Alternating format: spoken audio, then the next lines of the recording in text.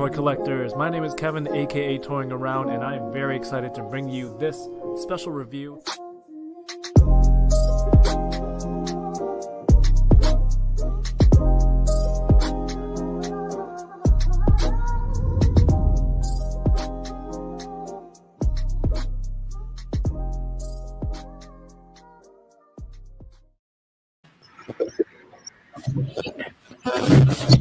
Messing with I had another window open. I didn't know YouTube was open, and like the audio kept playing back to itself, and it tricked me so that you saw me for a quick second. Real professional. But hello there, what's going on? My name's Kevin, aka Toying Around, and this is Unboxing Thursdays. I've got a huge pile of unopened toys, and this is a stream where every week I try to push towards opening my stuff and getting rid of some packaging so I can buy, more toys. So, this is a weekly rap session with some of my friends in the community who also collect all of the same stuff, but they all, do different things. So I like to learn. I like to learn from everyone who comes on every week and see what kind of stuff that they bring to the table. So whether you're tuning in live or you're catching up later, you're doing the dishes, you're putting the kids to bed, don't forget to hit the thumbs up if you like what I'm doing here every week, and to subscribe with the notifications on so you'll be notified every time that I'm on. And share where you can. Share this, share the link, share with your friends, share with your wife, share with your spouse. Go tell it on the mountain. Do whatever. It all goes a long way in supporting the channel, and I appreciate you. So thank you very much. Let's see. Last week, we had the 6-hour enablers episode. So if you have a spare 6 hours, whatever, somehow in your life, go check out last week's episode with 796 Studios, High School Creations, and Prime to the First. And I think people kind of enjoyed that episode. We had, we talked a lot of BS, a lot of memes were made. And I think people generally enjoyed it. So I'm going to try to bring those guys on once a month. I don't know. What do you think of that idea? Let me know. Next week, March 18th, I will have on Bobby Vala from the Valaverse. And he's doing the Action Force action figure line. And March 25th will be Adam. You know him as Playing With Myself. I think he practices saying that a different way each week. I'm playing with myself like that. But yes, today. Oh wait, one more thing. Next week, March 19th, is the first episode of The Falcon and Winter Soldier on Disney Plus. So my friend Troy and I are going to do like a recap episode every week, every Friday night. So if you want somebody to talk to about it, you want to hear two people talk, two people you don't know give their opinions for something that's very trivial like a TV show, make sure you tune in. It's going to start March 19th next week. Tonight, I have two awesome people. Am I in focus? Photographer guy, am I in focus? Sergeant Bananas, who you know, and he's been on before, and a new friend that I've made while collecting toys recently, Kyle. And I'm not going to try to say his last name. What's up, guys? Hey. Oh. Hey, all right. John, we're off on purpose. I usually have the camera off, not the mic off. So. Wow. What's going on, everyone? Thanks for coming on. Thanks for hanging out with me. Yeah, man. It's exciting to be here. Yeah, thanks for having me. Us. Yeah. I'm not in focus. How about now? I think that looks better. Yeah, that's better. I never imagined when I messaged you about your stream with Paul that I would wind up being on the same show, which is pretty rad. So life is weird sometimes. Well, I've ended up through that conversation. I ended up finding out that you do a lot of cool stuff. So I wanted to, I always try to have somebody on who has different insight, I guess, different experiences when it comes with toys. And obviously, well, I'll give. Why don't you introduce yourself to everybody here who might not know you? Sure. My name is Kyle Wlodyga is how you say that name. I was hoping that Kevin would at least guess, because that's like my favorite thing ever is when people mess up my last name. I won't type it wrong even when it was on the screen. I've done that. I've had it. It used to be like a curse, like in grade school, and it's like, oh, how's the teacher gonna like mess up my name this time? But like in college, it became like, how are they gonna mess up this time? Like two people say it right ever, and one of them was like married to a Polish guy and did her study abroad in Poland, so she had like a leg up on the competition. So it's a Polish background. It is, yeah. But I'm digressing here. I'm a toy designer working in the industry. I've been in the industry for about 6 or 7 years now, I think. What is time anymore in the age of COVID? Worked on lots of brands like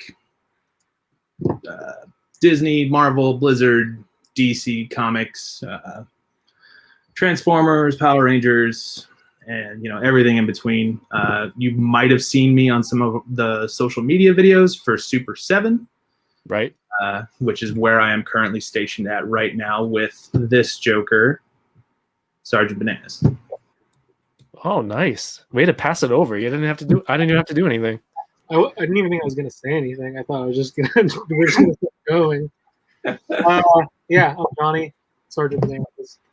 I also work for Super 7 as a photographer, and I've been on this show once before.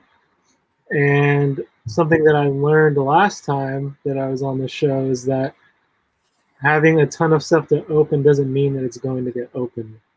I opened like 3 things that last time, and I probably had like 15 or 16. And then after it was over, I like looked down below at the ground and I was like, oh shit. Like, you had a lot of stuff. I remember you counting off. Huh? I remember you counting off your list of stuff. Yeah, it was a lot.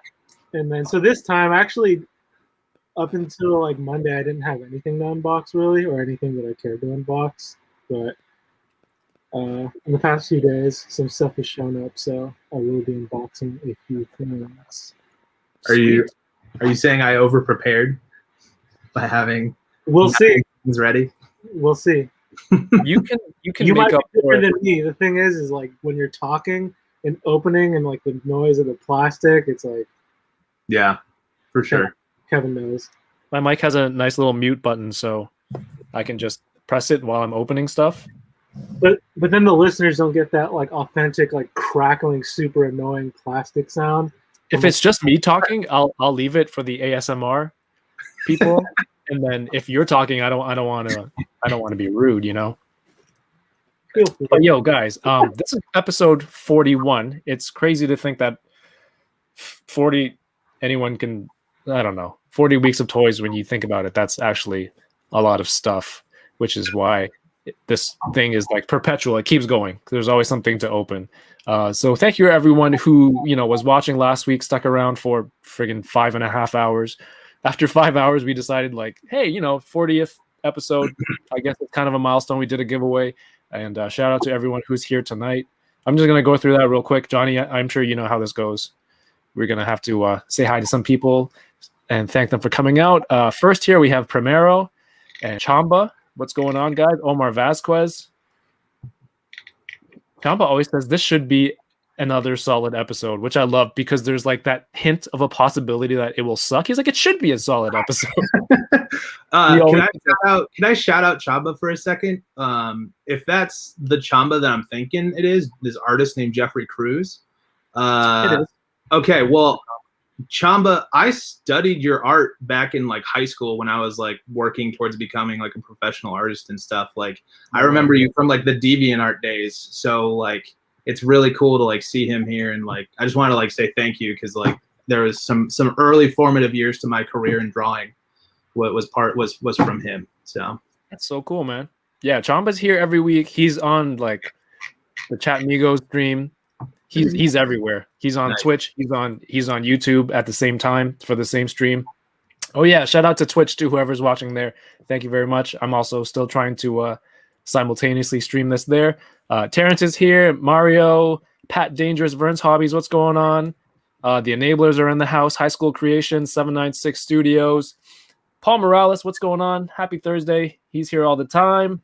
Yes, see, Chamba's here on Twitch too. Monkey29 DNA, Marcus Yee. Thanks for coming out. Adalberto Carrillo. And Winger Lose, Toy Chase. Bad Force Grump. Oh, Bad Force Grump.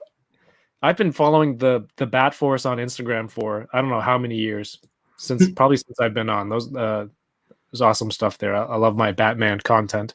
Mike G, KJ Smith, RMD Collective, Man Beast Boy. Thanks for coming out today, guys. Damin Chen, Kirby Kai says no, you're not in focus. Oh, good. Oh wow, I'm really behind because I hope I'm in focus now. No, you're good now.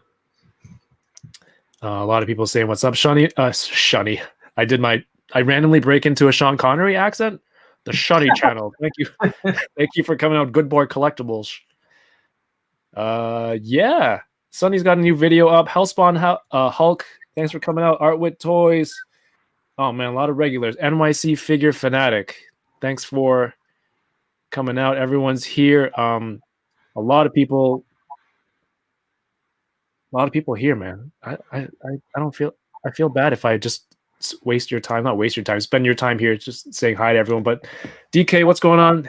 Thank you everyone for coming out. I've got two awesome guests here. I want to hear more about what they do. Obviously, you guys both work for Super 7, which I haven't really bought anything from Super 7 until maybe like the last year. And I was really putting off getting those TMNT Ultimates figures until finally I had to make a decision between all the NECA stuff that was coming out and then Super 7, and then I just made a compromise on what I would collect and what I would like from each brand. So I settled on TMNT Movie for NECA, obviously, because those are the only ones and they look fantastic. But for like cartoon, I'm not buying all the NECA cartoon stuff because some of that stuff, as Johnny says, looks corny, even though I grew up watching the cartoon. But the Super 7 Turtles is what I've gone with because I played with those action figures so much growing up that like. I don't think I see the cartoon stuff is corny. Maybe I did. No, you call everything corny as you. That sounds like I don't think you think it's corny. That's safe to say, but also You're like, okay, I will not dispute that point. no, I can't. But because I collect it, I'm missing the Rat King 2-pack, and that's it for the. Right. So I'm collecting that line. The one that I don't really keep up on is the video game one. Okay, yeah, like that one, I don't need to spend my money on that. Yeah. But Kyle, what kind of stuff do you collect? Like, what kind of, or even that, like, what kind of properties are you into? I'm really into DC stuff, specifically like Mezco DC stuff. I'm starting to like get into kind of see here what's going on a little bit. I have the Christopher Reeve Superman. I have some Storm collectible stuff up back there, and some Mafex stuff here, and I'm big into DC and Mandalorian stuff right now as well. And then just I collect a lot of stuff that's like I think I can use for research purposes. That sounds really like official and lame, but it's like if I see something that's like, oh, that's a cool way to like handle this type of joint, or I like how that paint looks or whatever, I'll grab it just for, because you never know when you can use something like that. I'm also pretty into this band called Ghost. As Johnny knows, today is one of the very few days I'm not wearing a Ghost t-shirt. Yes, that is very yeah. But I mean, this is the lead singer guy's here, so he's always with me. That's really him. Yeah, that's not creepy to have in your. Is this a bedroom or an office? This is yes, both. Yes. But it's not as bad as you might think. I mean, the face glows in the dark, so I see it when I sleep, but it's fine. Wait, why wouldn't that make it worse? That is as bad as I thought, if not worse. Definitely. Well, there are people here to. I guess it is in the title somewhere. Unboxing. What kind of stuff do you have to open? Should we start with Kyle? Sure. I got a lot of stuff actually. I over prepared, I think. Yeah, go for it. Plastiadito's in the house. What's going on, buddy? Good boy collectibles. I got, first of all, my this is not necessarily an unboxing, more of an unbagging. For Valentine's Day, my girlfriend got me this Marvel Legends Prowler, which I had been eyeballing, and so I immediately then went on eBay and got a soft goods cape for it, and she was very mad. She was like, why would you then spend the same amount of money on a figure that you already have? And I was like, if I didn't buy this guy a cape, that means I hate it and I don't want it. So we're gonna open this little guy up. I think this is from like GPS lot or something, just to like. You just tell her it's for research. There's a lot of that happening, but no, I actually wanted this guy, and like I was trying to say, like if I buy a cape for him, it's because I want to keep him. Yeah, for sure. Let's see. Oh, do you have more stuff? Let's go through the whole. Oh yeah. My bad. I have DC, Mayfex, beautiful, Triumphant, and Hash Batman, which Johnny enabled me to buy, so I think he deserves some points on the board. Oh, okay. A little tiny section for some points. Yeah, I know Johnny has it. You put out some pictures already, right? Mm-hmm. Those pictures are what made me buy it. So there you go. I mean, that's why he's been hired. Yeah, to enable people to buy stuff. That we can get into how we both got hired in a little bit, but like that was part of it. Yeah, that'll be interesting. He's enabled me so like to just buy so much shit that I was like, we need to like use his powers for evil or good or whatever. NECA Defenders of the Earth, Ming the Merciless. I don't usually collect NECA, and I've heard that there's some QC issues on this guy, so I'm going to be very curious to see how this goes. Then to toot my own horn here, we have some reaction figures: Sewer Samurai Leo and Sewer Surfer Mikey, designed by me. So that's awesome. I love those cards. Do you have a design by me section in your collection? No, I probably should though, like a living like portfolio, like people walk in. That would be pretty cool. Shit I've done.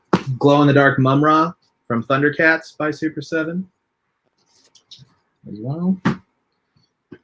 The clear Megazord Super Cyborg. Nice. Also by me. Not Super 7, but I've been very excited about this one. Like I said, I'm into Storm a lot, so here's your MK Motaro. I don't think I've ever seen a Centaur action figure, so that's what made me pick this guy up. And then lastly, this is the biggest one. Like I said, I think I over-prepared. Livin' La Vida Yoko says from Twitch, those TMNT figures are sweet. That's Yoko. Shout out to any other Super 7 team members who are in the chat right now. Yeah. Nice. She's our marketing manager. And then I have this guy who is the Boba Fett Super Shogun. So he's 2 feet tall. He shoots rockets, and this is the prototype version, so he's in all white. So. And when did that one come out? That came out, I want to say like 6 or 7 years ago. I think it was before my time at Super 7. I've been trying to get it for a while. I actually had to ship it all the way from Australia to get it here. So pretty crazy. Can pull some strings?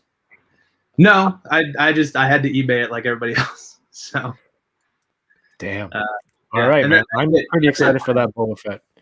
Yes. As excited as anybody can be about a Boba Fett, right? I mean, it looks cool. Like I don't know if you've been watching the last few weeks. And like the pictures of the freaking Charlie Brown that Johnny's been showing, like these vinyl style like display pieces are starting to catch my eye more. So even though it is Boba Fett, who is up until a few months ago the lamest Mandalorian on screen. Hey, there you go. Yeah, that Franklin's so sick. Did you guys ever watch Arrested Development? Yeah, I thought about that. Yeah, every time I see this now, I think about Franklin, the Muppet that Job has on the show. That's going to be the angle for the rest of the show. Is that cool? Or? Is he going to show off your haul, or well, not your haul, but like, what do you have to? Yeah, hey, Franklin, what do you have to unbox tonight? Yeah. First and foremost, this is for both of you. Oh.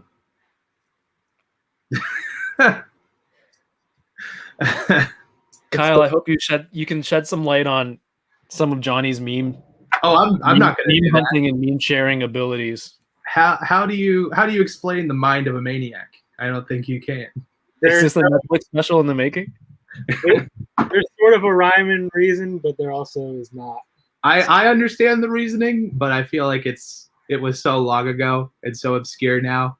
It might not even be worth I don't it. even understand it. And I'm just like, this is something that I will send to people. This is like the one that it's the one that I laugh at a lot is it was like a Muppet looking, scraggly looking Muppet character, and it was like, I think it will cause problems on purpose, which is very relatable to me because sending these memes to people is basically that, causing problems on purpose. Yeah. So, but in terms of at this point, the frog emojis have hit the chat. Right, they're coming. so I got frogs like biblical times. I got the Marvel movie realization. That's cool. Wolverine. Definitely like this line, or like the movie realization, the Star Wars and Marvel. Yeah. One of my favorite toy lines. I've said that many times. But like they're not releasing as many figures or characters these days, but they've slowed down a bit, right? For some reason though, Wolverine being one of my favorite characters, like he's been out for a while. I never got him. I was like, ah. So yeah, I just ended up pulling the trigger on him. Then also, in addition to that, I have the Mezco. Oh, you got your the bodega box, the Mezco loot crate. They're all sort of becoming loot crates now. They all come with T-shirts and prints and pins. That one I was like, okay, the figure's pretty cool, and the box I guess is whatever. And then Darius showed all of the little things that you can do with the diorama. Yeah, and I'm just okay. That's really really cool. Yeah. Oh, the spawn. Yeah. Is that your for sale pile? We'll see. Okay. Nah, that's the classic and the modern spawn. The Kickstarter. Cool. So, are you excited? Excited for those? Generally. Oh, I can hear it in your voice. That's how I feel about it. Like, if I was real excited, I probably would have just opened it already. Although it did just come this afternoon. What the hell? You could have waited.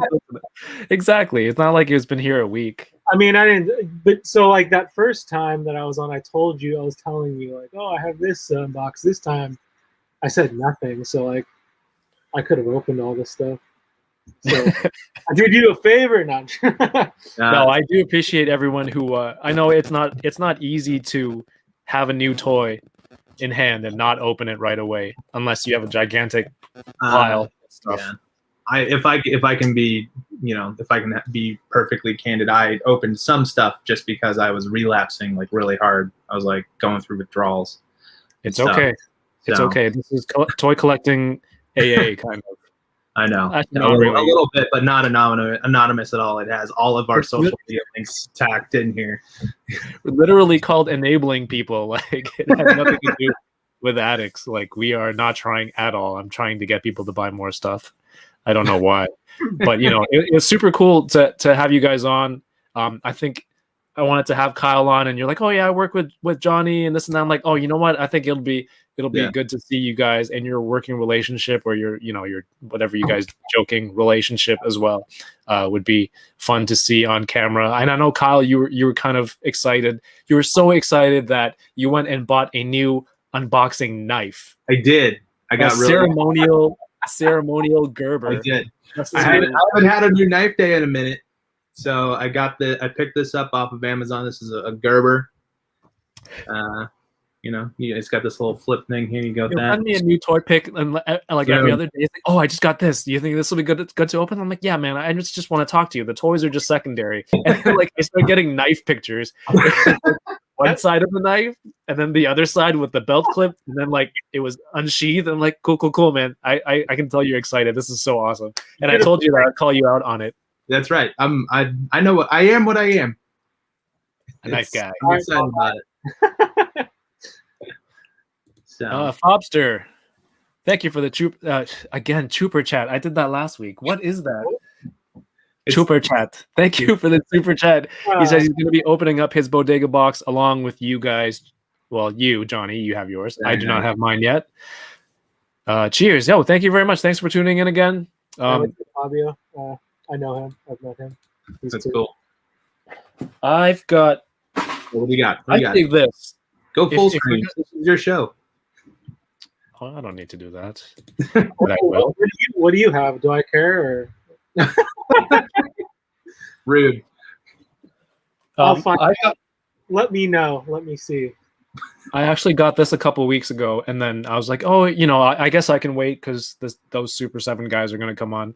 It is the TMNT Ultimates Leonardo. There you go. These tabs are still like fresh in there. I haven't opened this. I can tell if you've opened it or not. Can you actually? They're only good until you open them. Then they're basically mangled. My friend Mario does this thing where he slides a ruler under the tabs of some boxes and then he slides it out. He's got some I don't know, Ocean's 11 shit going on. Kyle just buys me knives for unboxings and stuff. I got the Mezco Krig, the Black Spartan. Nice. This is my first I missed the Nocturnal that has the same box. I think it's pretty cool. I think Baron Benz has that same box too. Yeah, I didn't have that either. Did you guys? Do you have the blue one, Johnny? Yes. And did you get the black one? Did not. Missed it? Didn't care? Or just passed? I actually messaged Johnny about it yesterday. I mean, cool character. I didn't really shoot him a whole lot, so I kind of based it off of that. I was like, I've done another one. Do you find it more difficult to shoot him because if he's like an underwater based character, it's more stuff to set up? No, it really. All right, next question. Based on inspiration, so if I was super I'll shoot him again, I'm sure, but that's in my own personal work, that's how I shoot is I don't look at a figure and say today I'm shooting you. It's more the other way around. The figure, for whatever reason, I'm just it's on my desk. I'm looking at it, I'm like, okay, and then I'm an idea pops in my head, and then it goes from there. I don't grab one. Today I'm shooting Cable, Marvel Legends. I wait for the ideas and the inspiration to come to me, and so the Baron Benz thing, it'll come back. I just don't know when. Such an artist. Yeah. Such an artist answer. Well, just for the inspiration to fulfill my body, and then I take out my camera and take a couple clicks. Good. There's a question here for you fellas from Marcus Yee. He says, "What are your goals in terms of working with Super 7 or just in general with toys that you have for the year?" The first part. What are your goals in terms of working for Super 7? I think just working with a toy company is cool in general, but the question is not for me. my goal is to make rad shit, and I think that's the goal of everybody at Super 7 is just make the coolest shit possible, and continue the level of quality that we've been trying to deliver. So we realize, obviously we there's some missteps here and there, like the Thundercats pants and stuff, but we do our best to make it right whenever stuff like that happens. Yeah, you guys you ship out what was it, Panthros pants, and something else replacements. Yeah, that's cool. Yeah, and that's simply a result of just COVID, and it's kind of weird to use that as an overarching scapegoat or whatever, but usually when we're packing stuff out of the factory, someone from our team is there at the factory saying yes, no, pack this out, do this, do that, and we didn't have that, and so that got over. That oversight happened. So again, I'm digressing, but ultimately it's just to make the goals for this year is just to make the raddest stuff possible. I think we still have a lot of cool things that we haven't revealed to anybody yet, that are going to blow some people's minds. So can I just say, for you and for everyone in the chat, like I'm here to just chat with you guys as collectors, you know, what you guys are into and this and that. I know you guys both work for like the same company, a specific company. I don't want you to feel like you're here answering questions in any official capacity. And Sure. I know you're not here. Johnny's like, all right, shirt's coming off. And all. Right, sure, yeah. Yeah. So I just want to, you know, and like, so Primero, thank you for the super chat. I don't know how super into you can get into answering this. But Ronald Ramos says, can you Super 7 guys? They just happen to work there, okay? Explain why the last Rancid reaction figure is called Skeletim when it is based on Lars, and why a glow-in-the-dark Tim instead of Matt. I don't know what any of these words means. If you don't, if there's like an answer that's way beyond what you can say, I don't, you know, there's no obligation to answer. Beyond me, also because I didn't work on that version or anything like that. So I'm not. I appreciate the super chat because that obviously helps Kevin out and stuff. But there's some stuff that just, you know, either I can't answer or I simply don't know. That's one of the both. That one is both. Awesome. And Johnny just takes the picture. Yeah, I have no idea. But you know, when the last time you were on, you spoke about how you're really excited to be there and work on all the Ninja Turtle stuff, right? Oh yeah, for sure. And it's beyond like just the photographer capacity. Yeah, to see the behind the scenes stuff, like, you know, particularly with the Ninja Turtles, but just in general. But that's been amazing in itself. You know, getting to do toy photography full time has been amazing in itself. So, I mean, for the last question, it was like, what are your goals? Like Kyle answered, and mine, you know, similar, just like just to keep having fun doing toy photography, working for Super 7, and working with all the cool people there. Yeah, I mean, given, you know, pandemic and all that stuff, like, to even have a job is a thing, and then to have one that you actually like love is even another level. So like, to be able to get to do something that I love during this like crappy time is like crazy and amazing. Yeah, I think what I like about Super 7 is, I mean, Johnny, I think we're around the same age, and not really Kyle. He's just a baby, but like Rude. a lot of the Super 7 brands and products are really heavily focused towards like a certain time period and a certain group of properties from a certain time period, right? There's a lot of nostalgia that some of those products are touching on. Maybe not like the NBA stuff, like, you know, that's cool that there's reaction NBA figures. I think that's super cool. I'm still looking for, I think you guys made a Blue Jays Vladdy Guerrero. But like obviously there's like the sports aspect, which is cool, and then you have the bands, but there's a lot of like toy properties that are super nostalgic or throwback. Yeah. Like you guys, I think that reveal was super cool when they did the 7, and then like everything was in the graphic, was all 7 things were in there. Like, which ones, Kyle, are you like, I don't know if you can say, are you working on any of those? Which one of those are you working on? I'm working. Let's just say I'm working on most of those. Nice. So, and then. Oh yeah, let's open something. Yeah. See what I mean? I know. I as soon as Johnny started going, I was like, okay, grab the thing. Let's get going here. You gotta. I mean, you won't talk if you just start going. No, I know. We have a super chat from Christopher. He says, "Who is your favorite coworker?" I'm assuming this is somebody you work with. That's a very accurate. That's actually his DMV, like his driver's license photo. That's not a caricature? No, that's what he looks like. Yeah, Chris, it's always been you. 1,000 times yes.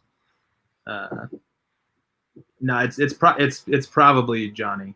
If I had to say anybody, but now I'm gonna it's gonna be a really awkward Monday meeting. I'm out. Cool, man. Christopher, thank you for the super chat. I hope you got the answer that you wanted. Because I have a feeling that he's in the chat still. It's like who's been there for like 14 years or something. That's right. Yeah. Probably that guy. So there he is. Someone with a real legacy and a contribution. Both you guys are in trouble now. Oh, is there like a whole bunch of your coworkers in here? Yeah. They called us out. I can see. Yeah. So that's why I said shout out to the Super 7 team who's in the chat right now. I picture Kyle in your you told me you do a work Zoom meeting, which I thought was super cool. I just pictured you telling everyone, "Hey guys, please, I'm gonna come open toys tonight." No, actually, we were like, how the fuck did you find out about this? That's accurate. He was like, he was crying earlier. He's like, could like at least 3 of you guys come? So I kind of want to. I do want to open the Spawn figures I have, but then I feel like I saw an unboxing of it. And it was actually a hilarious unboxing. Definitely, that guy had some opinions about influencers that get free toys, which is hilarious to me. But yeah, like because I saw the way that it was packaged and stuff, like, oh, it's gonna be a little bit annoying. So I might save those for last or not at all. So yeah. Sure. So take that.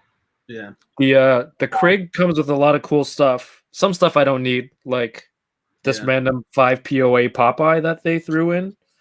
See that? Oh, there you go. Look at that. Look at that sick steel. I already had this knife. Like, oh, wow. So using hand-me-downs to open your toys. Damn. Yeah. So I'll open the Wolverines. Oh, Yoko switched over from Twitch because she said you guys were all on YouTube. Because all of your coworkers are on here too. I appreciate you hopping on Twitch because I just started that there and started like the software can stream to both at the same time, and I figured it doesn't hurt to do extra there that costs nothing. So, but thank you for watching there. Mr. Cheney's in the house. He says the Butter Nation. The Butter Nation. Oh, I have my butter that you sent me with my prize a while ago. I was thinking about putting him. So how we got to talking was on my episode with Paul from Kim's Convenience. You won a prize on that episode, so I sent you that, and we got to talking, and you do all this cool stuff. So I want to hear about some of the stuff that you do. Here is the Slugfest cog thing. There's like a decoder in here. That's cool. I missed out on the crypto ring. That thing was cool, but I didn't really need it. But this thing's pretty cool. One of my favorite things from this set is this pack of cards with some of the pictures taken by The Amazing, and then Mezco put a card pack. So I'm super excited about that. I'm super excited for him. That's cool. I did that and like highlighted. It's like if you saw your work on a wall and he sees his work in a pack of cards, what did you do? Have you ever broken something? Like, am I the first? No. Oh no. So that's cool. But hey, it's Wolverine, so it'll regenerate, right? Yeah. Where did you buy that from? Amazon. I'm good though. Yeah, dude, you can just replace that easily. That is kind of funny though. I think stuff has broken really thought about that for like high-end stuff, because usually when I get stuff like figures off Amazon, it's like stuff that's like not like these like Mezcos or collector grades or whatever. It's like, if like a Lightning collection has like messed up paint, I can easily replace it on Amazon. This is a DC Collectibles Arkham. Yeah. And I was moving him around on an episode, and the arm snapped off. Damn. R.I.P. DC Collectibles. Yes. What is your connection with DC? If you can share.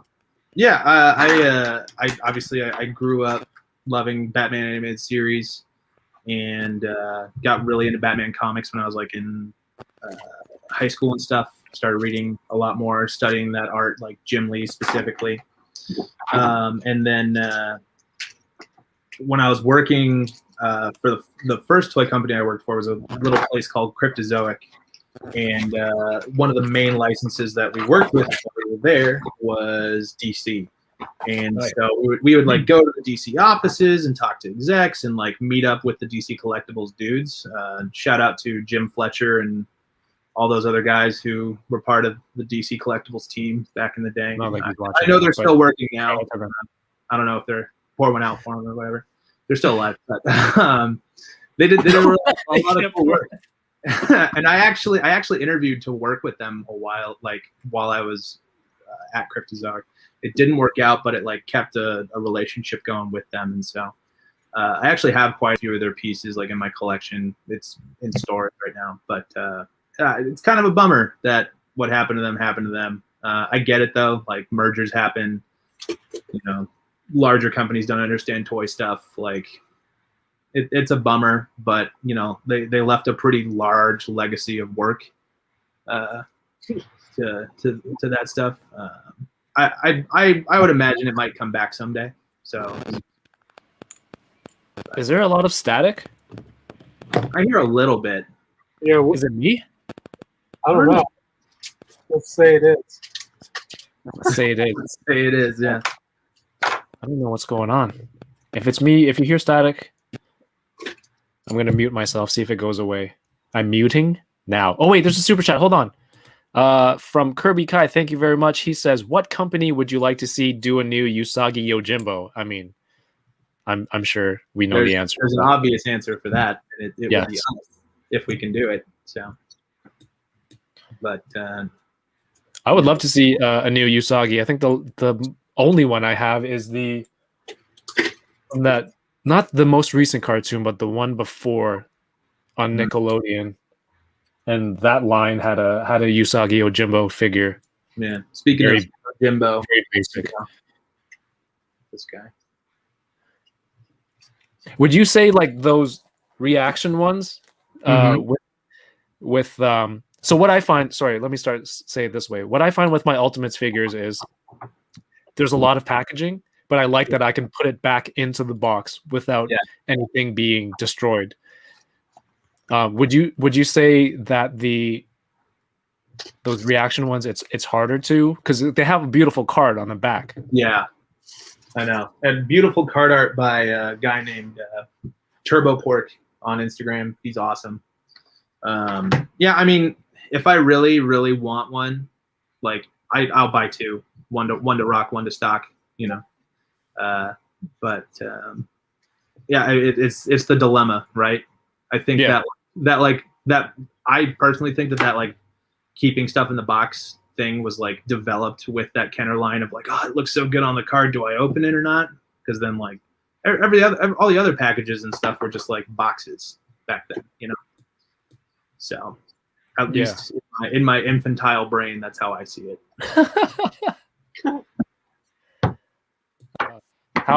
I'm switching my audio now. How's that? Yeah, I haven't heard any static.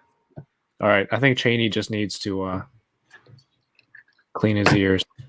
But yeah, no, I love the packaging. One of the things that I do love about Ultimates, the Turtles line, is like the weapons tray. It's back to, you know, when I was collecting all that stuff before. Super nostalgic. I think it was a really awesome move to include that in there. It showed people behind it, which would be you guys, was like very aware. Like you were collecting those back then. Someone had to have been to be like, hey, you know what? We got to put this idea in there. Yeah, definitely. It was important for us to include that in there, just because like if we're gonna lean into the Playmates aesthetic, like let's lean into the Playmates aesthetic, you know? Right. When did you you had those when you were? Yeah, I had some older ones that like my older cousins had back then. So they were like really beat up, and you know. Because I always ask people, what did they use that weapons tray for? Like, there's an outline, and then all the weapons are inside. I always thought it was like a bed. It was like a bed that the turtles had in the sewer, because you know they were living in a sewer. They just had old junk. So I thought it was like a bed frame. Yeah. And young Kevin was just like, "This is where they sleep." There's like a little fin or like a little like a peg almost. So I thought, I'm like, okay, that's where it stands. Yeah. So I always ask people who are familiar with that, like, how did you use that, or what did your imagination make that out to be? I will freely admit that I didn't know that the weapons came on racks until I worked at Super 7, because mine, all of them were cut off or lost or whatever, because they're all hand-me-downs from my cousins. So I didn't know that was a thing until like 2 or 3 years ago. But speaking of beds, here's Sewer Surfer Michelangelo's bed. Or whatever. Right? Actually, it's his surfboard, which is super rad. So, Johnny, you opened your bodega? Yeah. Nice. He's awesome. When you put the wrist thing, I don't know what the technical name for it is, on his hand, there's a lot of attachments for it. It looks great. Is it like considered a gauntlet of some kind? Or I knew this patch was 9 inches in the book when they listed the item, but like holding it in hand, like this is ridiculously large. For your biker gang. What are you gonna put? I'm gonna put on a pair of cutoffs. Nice. Right on the ass part on the back. And then you have the bandana that Did Adam give you that idea? we'll see. He might do a matching one with me in a couple weeks. If he's listening to this, or if he's in here, or when he does, he's gonna do it. And then this bandana, Jason B. Michael said, he's like, oh, this is for a gang that I'll never. He's like, when am I going to use this for a gang that I'm never going to be in? So at least it's a real bandana. I had the Pink Skull Chaos Club for a while, and like the bandanas that came with that were like garbage. It's like I'd rather they like not include those personally. But Johnny has the mini baseball bat in that set, and that I thought that was really weird to throw in. It's like a baseball game giveaway day kind of. Yeah. I have some of those Blue Jays ones. Also, this Popeye. Do you think they just had a surplus of these, or are these brand new? Because it doesn't really fit into the theme of. Here's the funny thing about that set. That's the best part of it. Yeah. Like, out of everything in that set, I mean, like, you mean like all the swag, or including the figure? That's the only thing that I really liked in that. Yeah. I mean, I didn't really care for that figure. I didn't get it, you know. I just don't like the design. I didn't really care for a whole lot. Well, you can send me over all your Mezits, and I'll send that over to you. I do like the design of things. I mean, these figures are always like solid with the articulation and stuff. Good, the accessories it comes with, obviously. So yeah, like that red one that was like the Asia Gold exclusive. Like, I thought that one. I wasn't a fan of that one. You mean the Krieg? Yeah. So I was gonna say, I sent you my Golden Dragon Gomez, and that one was red. I was hoping you're not hating it after I sent it to you. No, the crimson one. Yeah, no, that one's good. That one's good. That one's good. The static is back. What the hell could it be? I don't know what it is. Oh, now I'm confused. Is it me drinking this can? Oh, by the way, I posted this on my Instagram because I just found out about it. Yeah. That's a very bad Canadian sentence. Found out about it. I just recently discovered this drink. Dude, it has Warhead's sour watermelon flavor. It's so good. Oh, dang. Damn, someone needs a better unboxing mic. Well, it looks like this thing's going back to Amazon. To unbox a better mic is what he was saying. Along with my Wolverine. I'm going to open my Leonardo. Oh, nice. I'm doing the Mum-Ra right now. So here, take a look at this metal foil packaging. The way he said that was like, I'm doing the Mum-Ra like it's a dance. That Tusi? Yeah. Mum-Ra right now. That Tusi.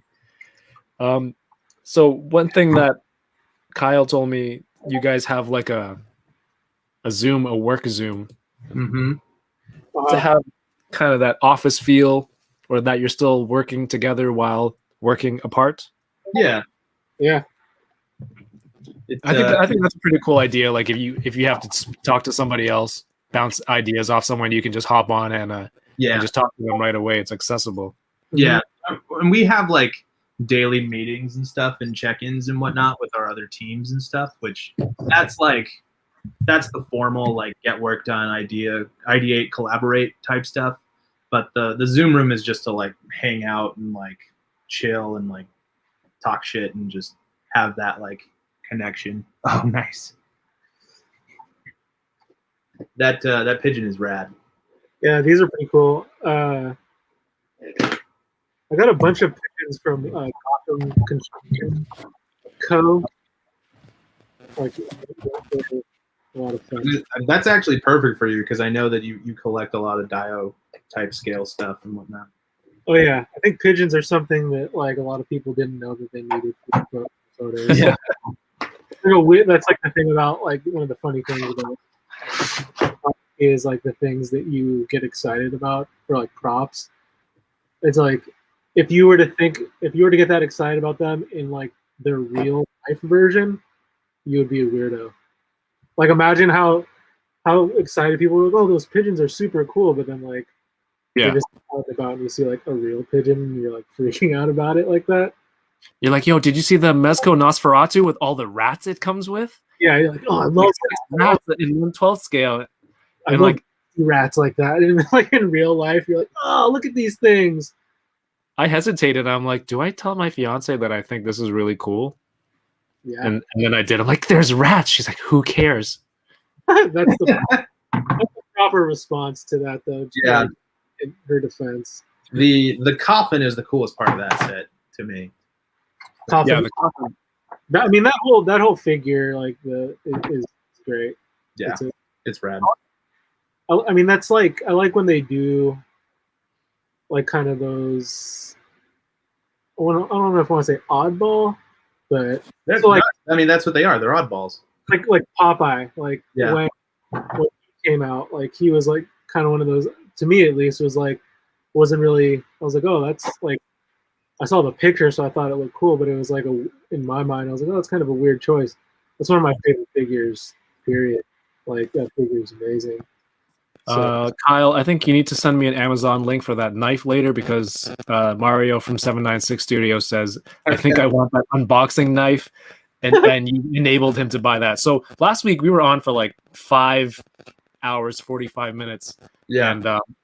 And people, I think we had a good time. We're going to try and do it once a month.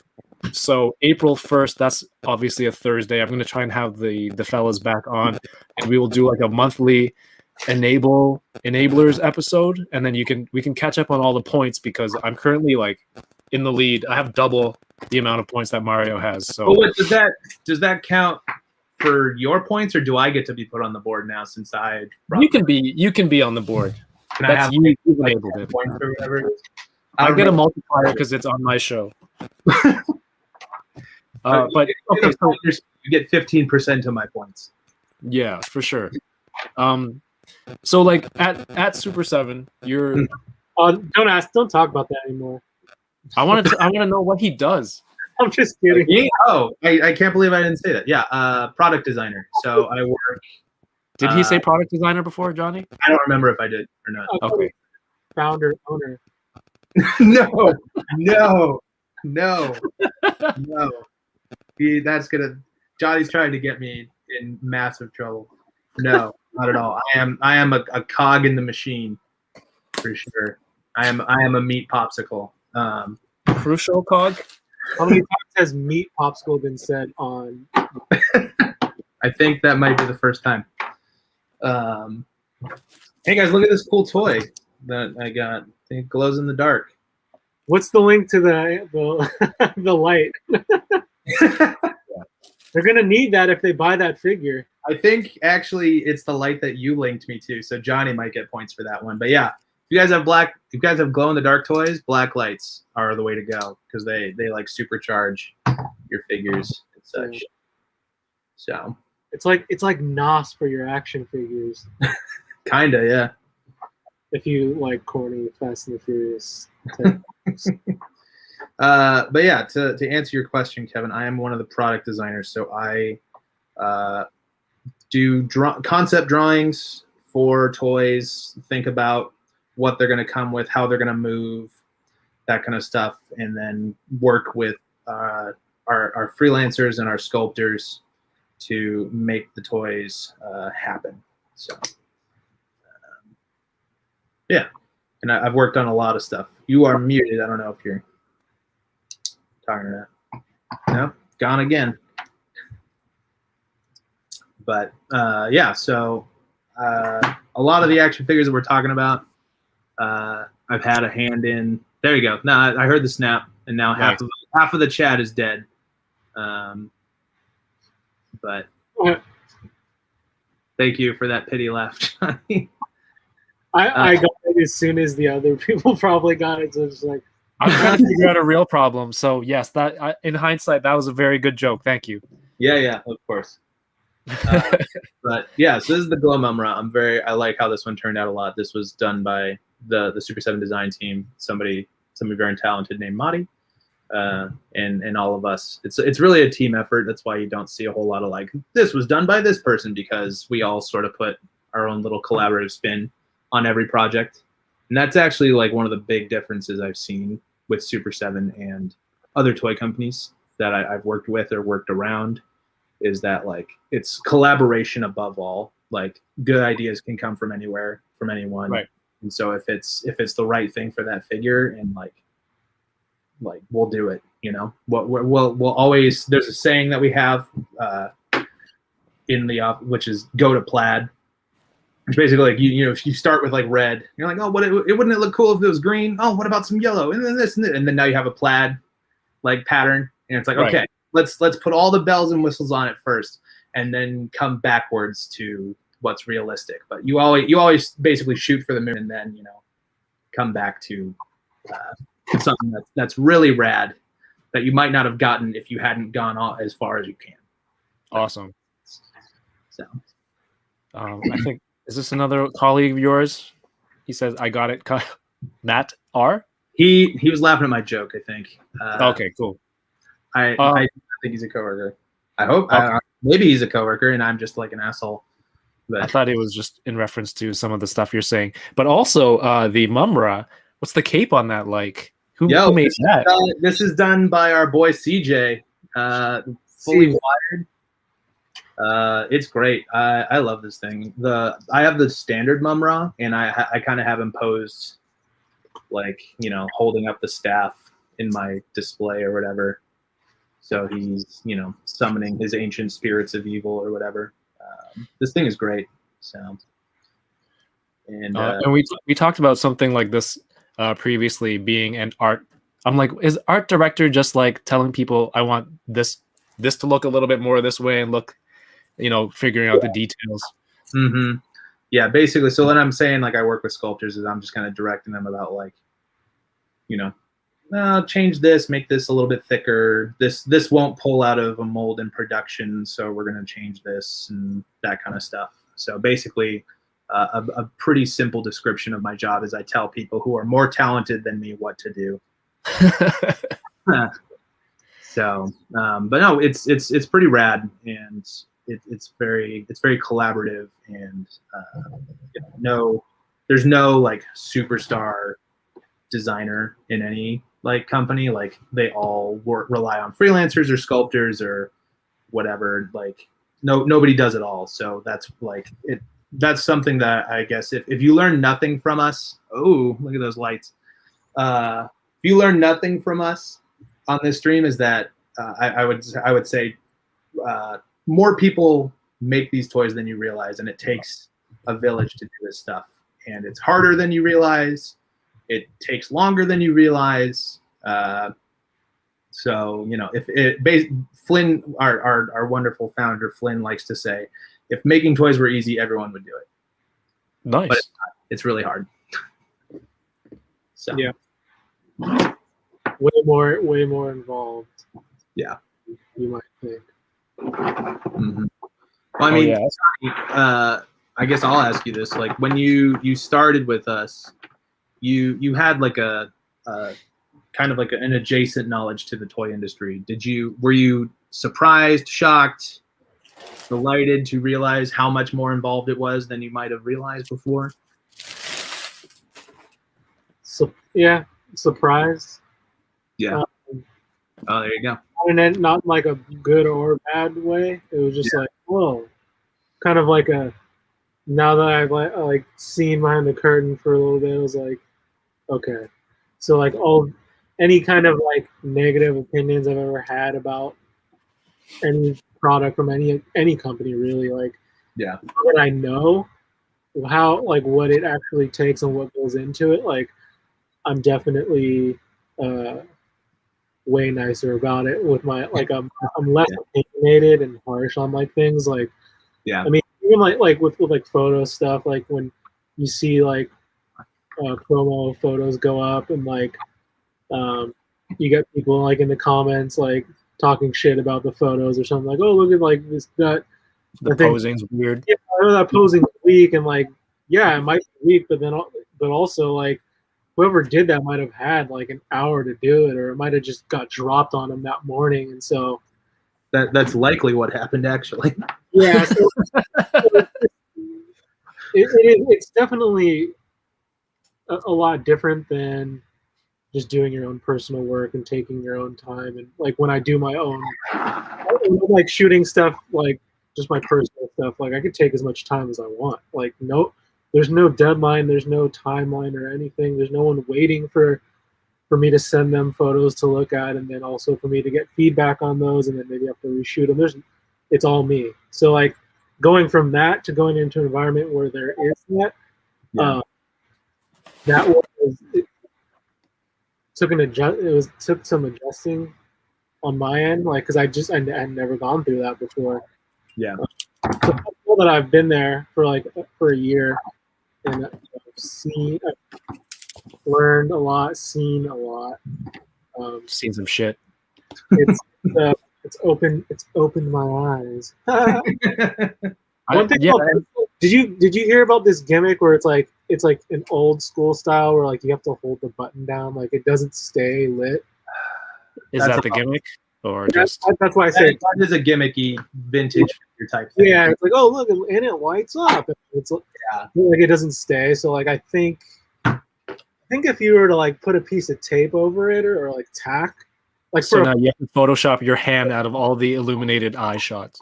No, I mean you could probably just put a piece of tack or like a piece of tape on there and just kind of secure it like tightly, and then it'll probably be able to stay lit for like your photo like taping your controller to level up or whatever. Right. I love the new sculpt that they did. Yeah, more expressions. The grinning teeth head or whatever is rad. Yeah, I just had that one on. I'm still waiting for mine to ship. That's so cool. I only have one Gomez, and it's the Gomez of Death, and I feel like that head would look really good. Oh yeah. Let's see. All right, so how much thought is put into, or is this like a general template in terms of boxes for the Ultimates line? Yeah, because so definitely a lot of packaging. Yeah, they're all sort of the same.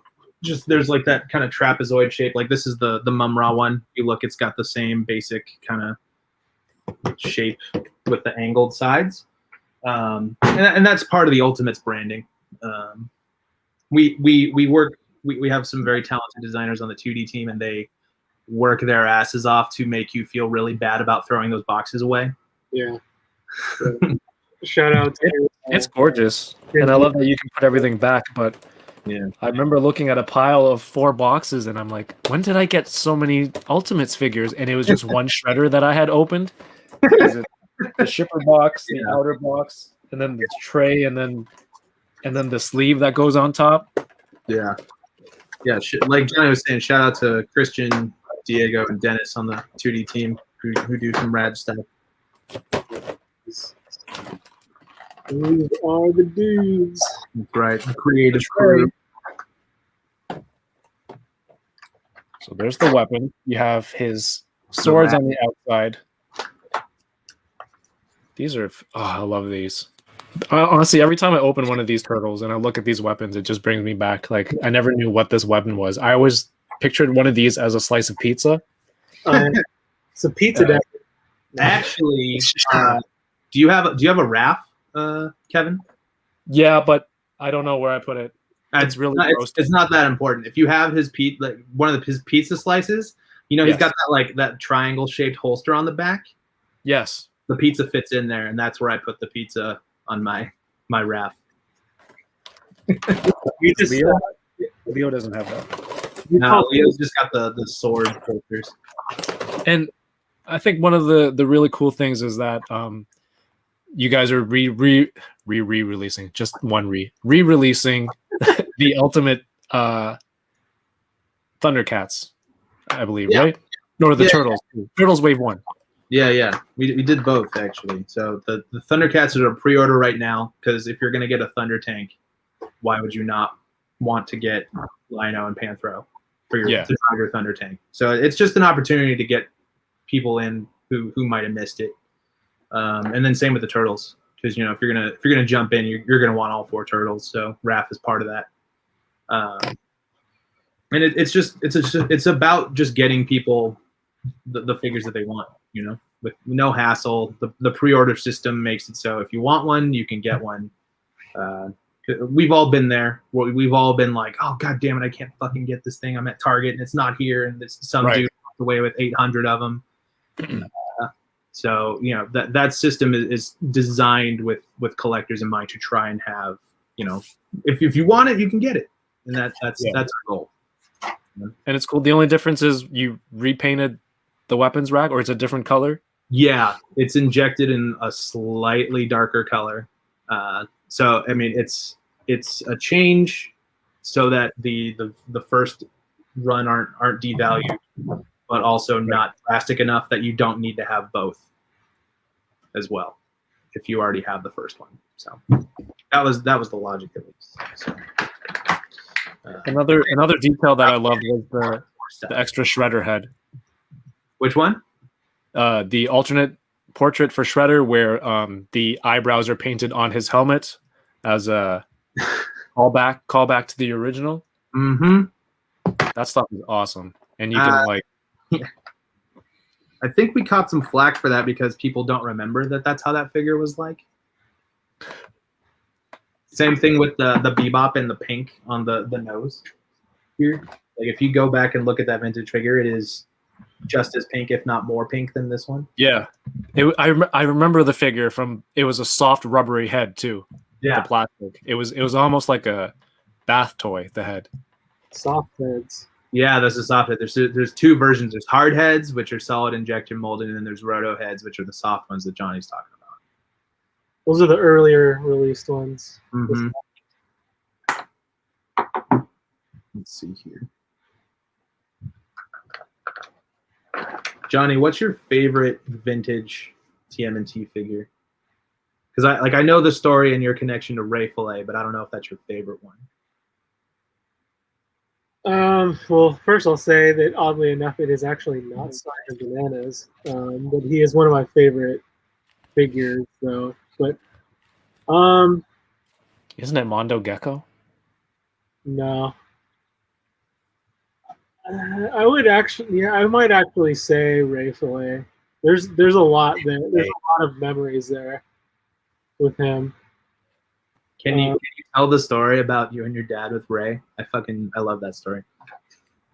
About like going to Toys R Us?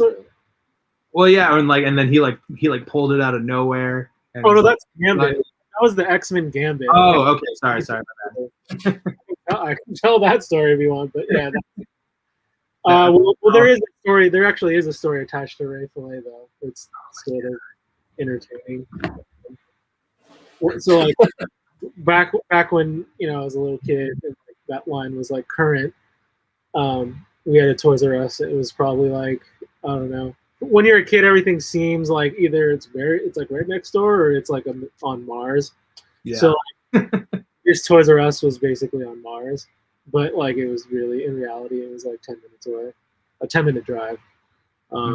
So anyways, like I went to Toys R Us, or my parents took me to Toys R Us, and like I was definitely like probably like most kids, like going when you knew that you were going to go to Toys R Us, like it was like game day. Like as soon as I got out of the car, I was like trying to sprint into the store and like running to the aisle just to see, to look. And so like this time was no different than that. I got to the store, I like beelined to like an end cap of Ninja Turtles that I saw. And like I remember like like my memory of this end cap is that it was like 20 feet tall. Like I remember just like looking up and it just not ending. Yeah. Like, Yeah, everything as a kid is 20 feet tall. Yeah. like and then just seeing like all these characters that like I had never seen before, which was really cool. So like my parents were like, you can get one, which is like torture because obviously like you want to get all of them, but then your parents are like definitely not spending, you know. Well, back then, like if they were to buy me all of them, it would probably I'm imagining it would be like less than $100. Like what was on that actual end cap that day, like if it was just one of each, because they were like $5, so it probably would have been really cheap. But they're like, you can get one, so I grabbed Ray Fillet, and I'm sitting there and I'm staring at him, and like I know nothing about this character other than that I just think he looks cool, and so I walk around the store and I'm holding it and I'm like looking at other stuff because I know I can get one thing and I'm pretty sure it's just going to be Ray Fillet. And like I like walk to the back of the store and like go around a corner and then there's like a mom and like her older than me son is standing there like ready to confront me about something because they like stopped me from like moving past them. And so they like point to the figure, the Ray Fillet in my hand. They're like, "Are you buying that?" And I was like, as a kid, I'm just like, it's like I did the little kid. I'm like, I was just like, they're like, "Do you want like?" The mom was like, "He really wants that figure, and like he's been looking for it everywhere." You know what that did? Made me want it even more. Yeah, absolutely. Why would she say that? Like in my head, I didn't really know. I was just like, "Oh, this is sought after." It's like over after that. That's yours now. I was like, I don't need to walk around the store anymore because now I'm getting Ray Fillet. But like they tried to like trade me for, I don't know if you know the character Tattoo, the sumo wrestler guy. And like he's a pretty lame character to me. Like just basically like this sumo wrestler dude, but like one of the funny things that like to his name, like he came with little tattoos, like little stickers that you could put on his body. And like they're trying to like, oh, you can get this one instead. And like I took like one look at it, I was like, nah, like definitely not. And so was that the impetus of corny for Johnny? Yeah, the first time? And actually, yeah, if I was saying that word back then, I'm like, that thing's corny. And actually, that character is yellow, so perfect. You said that. So I got Ray Fillet, and then like something that I didn't know at the time was that figure has the like temperature changing paint. So like when you hit it with like warm water. Oh shoot! I didn't even know that now. Yeah. So like color changes. Yeah. So there was like, so I had like the maroon colored one, and like when I figured that out, I don't even remember how I think. Maybe my mom just read the box because obviously I'm a kid. I'm not going to read the box. I'm just like, give me the phone. I'm out. And she told me. So then like that night, like I was so young that I couldn't reach the bathroom sink. Like we still had a little. So like I remember going in there all the time, like on this stool, and just like running the hot water and like putting him in the water and like taking him out and like watching the color change and like I'll take him in the bath and stuff. And so yeah, I mean I still have my original Ray Fillet now, like from that, like that, the one that I'm talking about in this story. And that's so awesome. That's why like it's like all of that backstory, like there's so much nostalgia and like memories with that figure there, like more than probably any other character in the line. Like Donatello is my favorite Ninja Turtle, and there's a lot of variants of him that I really like that I also have memories of, but as a single character in the line, I have to give it to Ray Fillet. Yeah. Sweet. Correct answer on Donatello. You guys mentioned earlier Mumra cape was made by my friend CJ, your friend CJ, yes. And our friend CJ. What's going on? Oh, what am I doing here? What's up, dude? What's up, guys? How's it going? Guest appearance. Surprise How are you? unboxing. What's up, CJ? Surprise! Good. How are you guys? Good. I just See you. hopped in because I was putting the kids to bed, and I had to clean up and everything before I got here. I think you got the what is it? Which Gomez is that? Is it that? It's stealth. Agent. Oh, stealth. The stealth, like the tin I can see. The what? The Stealth stealth Gomez. Gomez behind you. Other side. He doesn't even know. He doesn't even know. Yeah. Yeah. Oh, no, I'm just commenting on the stealth Gomez. That's all. Oh, the stealth. Yeah. Are those your Call of Duty headphones? Is that why you can't hear me in game all the time? Yeah. These are it. Dang. Well, I told CJ what was going on, that you guys were going to be on, and he's like, damn, I kind of want to hang out with those guys. I'm like, yeah, man, surprise. I'll send you the link. Yeah, man. Welcome. CJ's been on before. He's always busy, so I'm very happy to have him come on. I know you guys all know him, and for people watching who don't know CJ is a soft goods master. Okay, he has his own website. He sells all his stuff, and he also does these soft goods for. Oh, look, everyone has their stuff. I don't have mine. I'm completely unprepared, but he's made that jacket. These are just the super. This is just the Super 7 ones. DJ does excellent work on our Ultimates line. He does all the stuff for Four Horsemen, and so therefore he does most of our Ultimates things as well. I am, full disclosure, I've been emailing CJ for months trying to get my own thing going, but we will eventually. So I'm very honored that he made time for me. So that will happen. I'm very excited about that. Can't wait to get started on those two. This is what. Let me just show everyone. This is what happens. This is a CJ cape. This is not a CJ cape. There's only two types of capes. That's right. Exactly. There's only two types of capes. Only two types of soft goods in this industry. I have to say, so obviously we're friends, but and I've said this before, your coat, the raincoat for him, and the RAF trench coat, backpack, hat is so much better than their NECA's version and Mezco's version. Yeah, dude, this thing is actually actually waterproof. Water beads up on it. Yep. That's amazing. I had to make sure because you wet all your figures. I know, it's perfect. I mean, obviously, the hat. This hat wasn't by him. It was part of the original Mezco Popeye line. There was a raincoat version, so I just got the hat from that. But this jacket, man. I mean, the shirt too inside, which you can't really see, but the little. CJ, when you're buying materials, do you bring the spray bottle with you to the store, and then you're like, okay, so Johnny's going to be doing this. We're going to do powdered sugar for snow. No, it's labeled. Flour, snow builds up on it. Yeah, your NECA RAF coat is streets ahead, many streets ahead of the stock NECA one.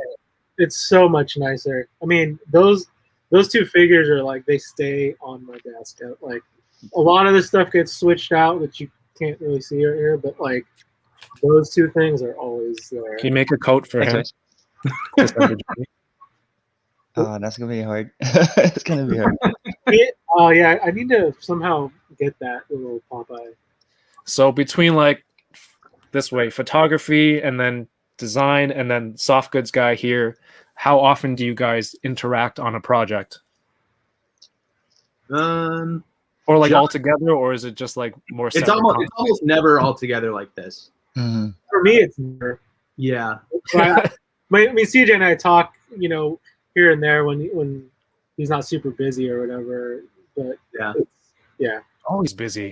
Yeah. He's a busy man. I know he stays busy, which I'm happy about. Yeah. For him about that. Or if I'm working with CJ's soft goods, it'll be through Four Horsemen and those guys, since he's technically on their payroll for that. Yeah.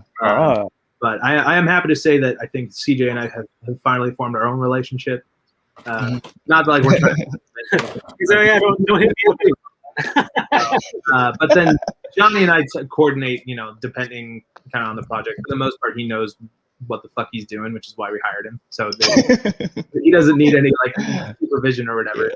Most of it's the time he knows better than I do. So it's almost all of us are in sync. You know, like yeah, they would give us you guys would give the horsemen instructions, and then they would give us instructions, and then they would like specify some things about the soft guns, and then from there, like like most of the time it gets approved right away, right? Like there's not a lot of back and forths, Yeah. so we're all really in sync. Right? Yeah.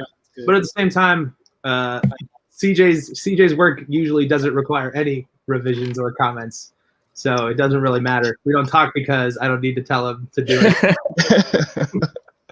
Yeah. So You have something to open tonight, CJ? If not, I I'll only have to got do this. it. link behind you, dog. Oh, there you Oh, nice. Do you guys watch this YouTube channel called? Oh, nice. Kyle has it too. go. This thing is awesome. Good choice, CJ. That in the sun, and they do like superpower beatdown, or Yeah, I saw that thing. I watched they put the out a new Dying is Easy. Batman one, right? Yeah, it's great. It was really cool. That guy who plays Batman, Kevin Porter, I think he's a great Bruce Wayne Batman. Awesome. I really liked. He was in it for like 2 seconds, but there's a shot of Mr. Freeze in his cell at Arkham. Whoever Right. they picked for Mr. Freeze is also like damn near perfect. At least like looks wise. Yeah, He looks exactly like the animated series Freeze if he was a real dude. yeah. That in the sun, there's like Batman versus Darth Vader they've done before, and like this isn't animated or like someone talking about it. They have actual actors like fight, and then there's choreographed. There's like 3D. There's like special effects and stuff. Like Yeah. all their stuff is serious, like professional level videos. Go I check think that stuff out. my two favorite from them are there's Green Ranger versus Ryu, and then Scorpion versus White Ranger. Yes. Both starring JDF, which is like Yeah. really, really cool. It's so cool. How about their Wolverine? He kind of looks comic accurate. Like if you were to convert the comic Wolverine into real life, he kind of looks like it. He's short and buff and hairy. Yeah. Kyle, Sure. I showed an IG story the other day of I was watching Sentai, Yeah. and you're like, you've been doing more research, watching all that stuff? Yes. A lot of it actually. I just got in the mail for reasons only known to me. This Hentai, not hentai. Sentai. Sentai. With an F. There. You sick good. bastard. This compendium from Japan, which is all of the Whoa. Sentai shows from Nice. 87 and 97. I can't read any of it, but there's really good pictures in here.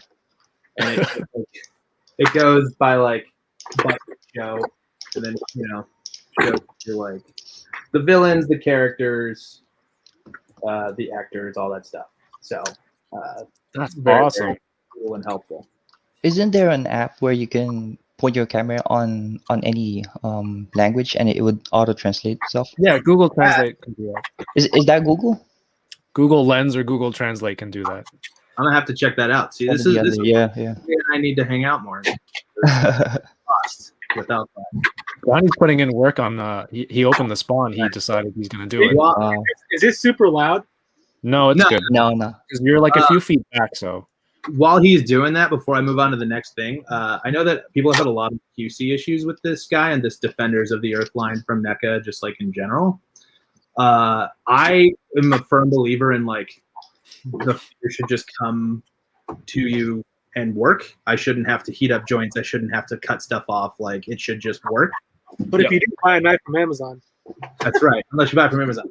And so, like, I know that a lot of people like heat all their stuff up or whatever ahead of time, or whatever. But I think some of you guys saw. I opened this guy up and I just started moving him, and like, it was all good. And then like, all my joints are good. All of my stuff is like perfect, except like this would be a perfect neck of except his arm is on backwards. See his tricep Oh, is front goodness. on that one. so now you're gonna have to heat it up, pop it out. I know. I'm gonna have to do some surgery, or I might just leave it.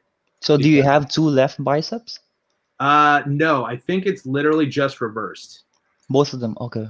No, so this one is correct. The left arm is right, but this one is backwards. Okay.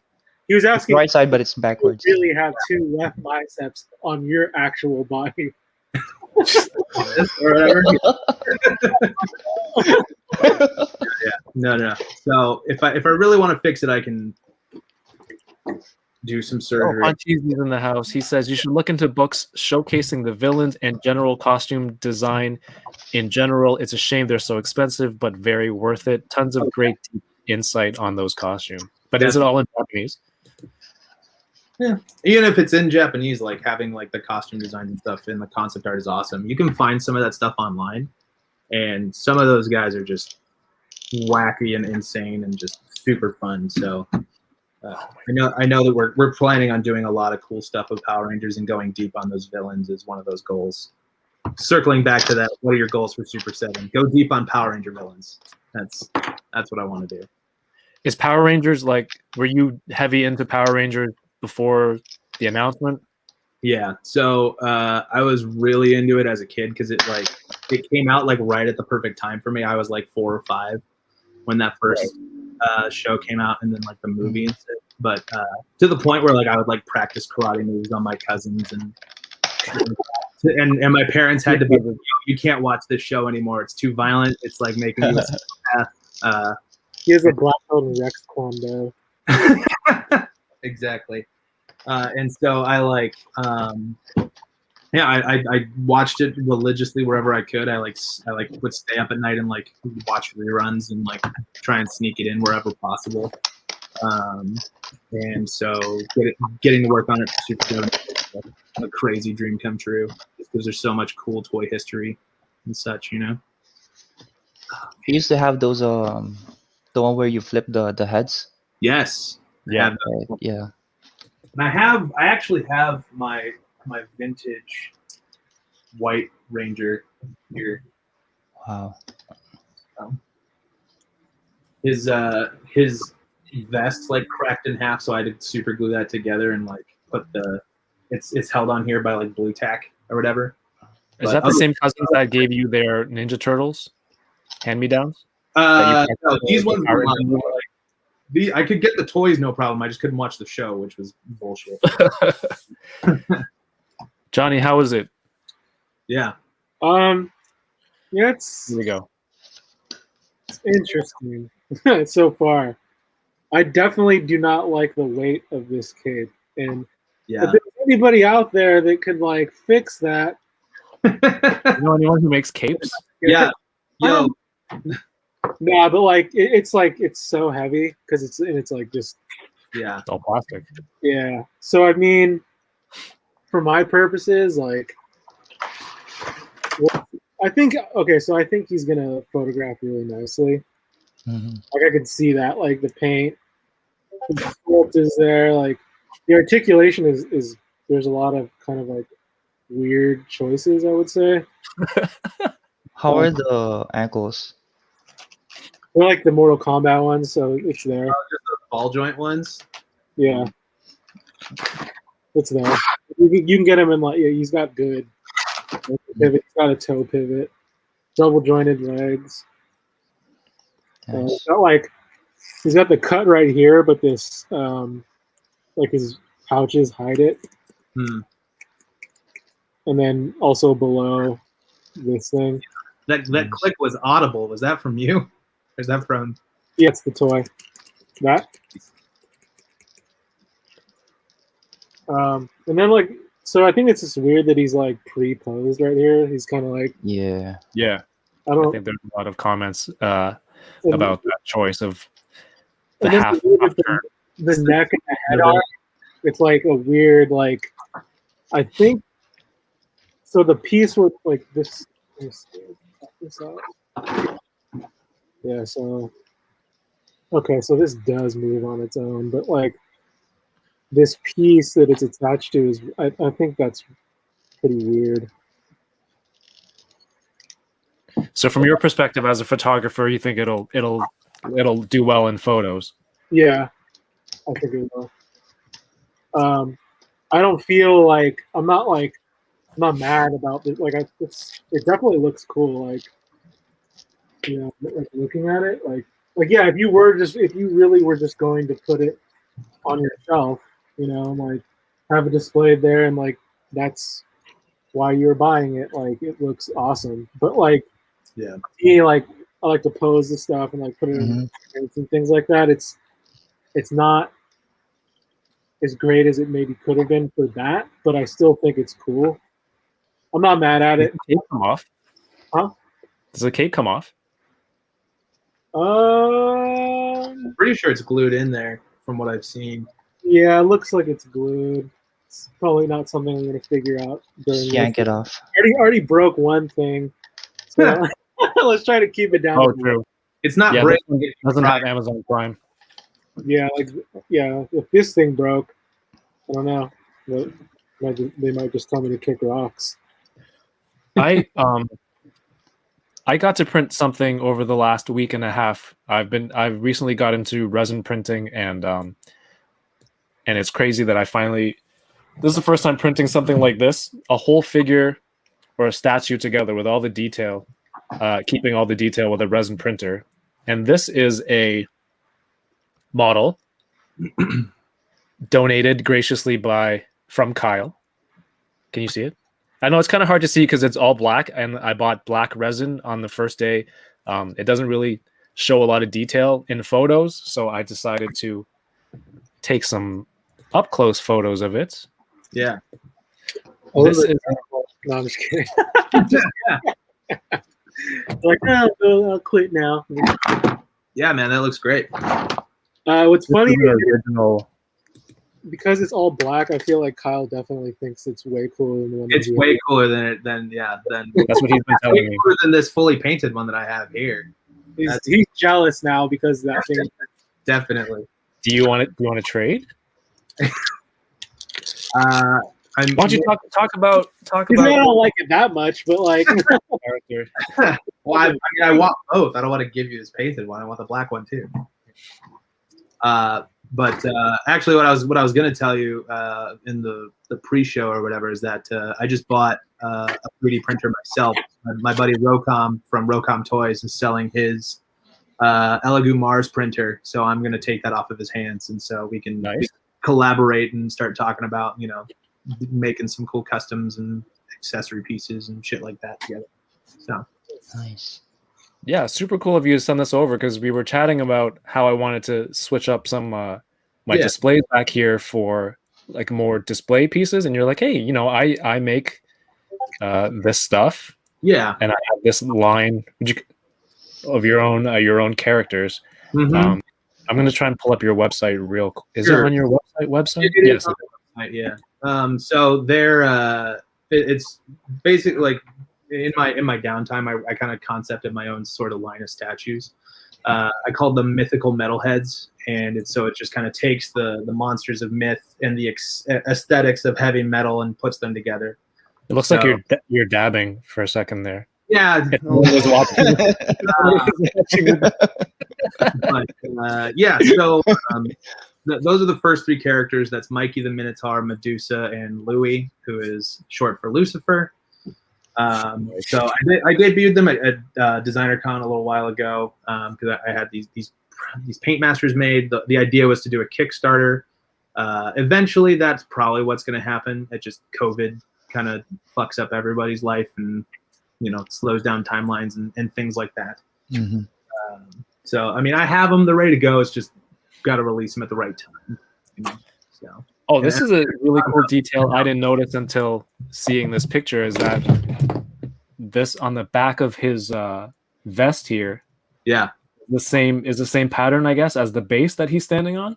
That is correct. Yeah, the Minotaur's maze, right?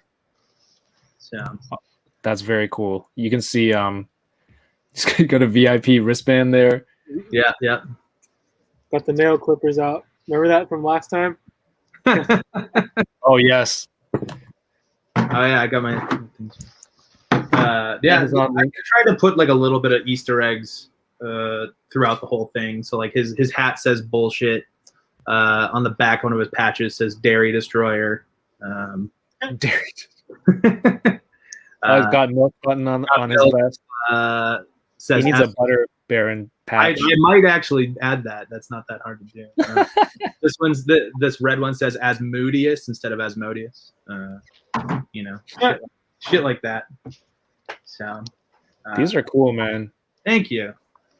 I really love the Medusa, man. Oh, I mean, I have a Medusa. Hold on. Let's see. I didn't want to send.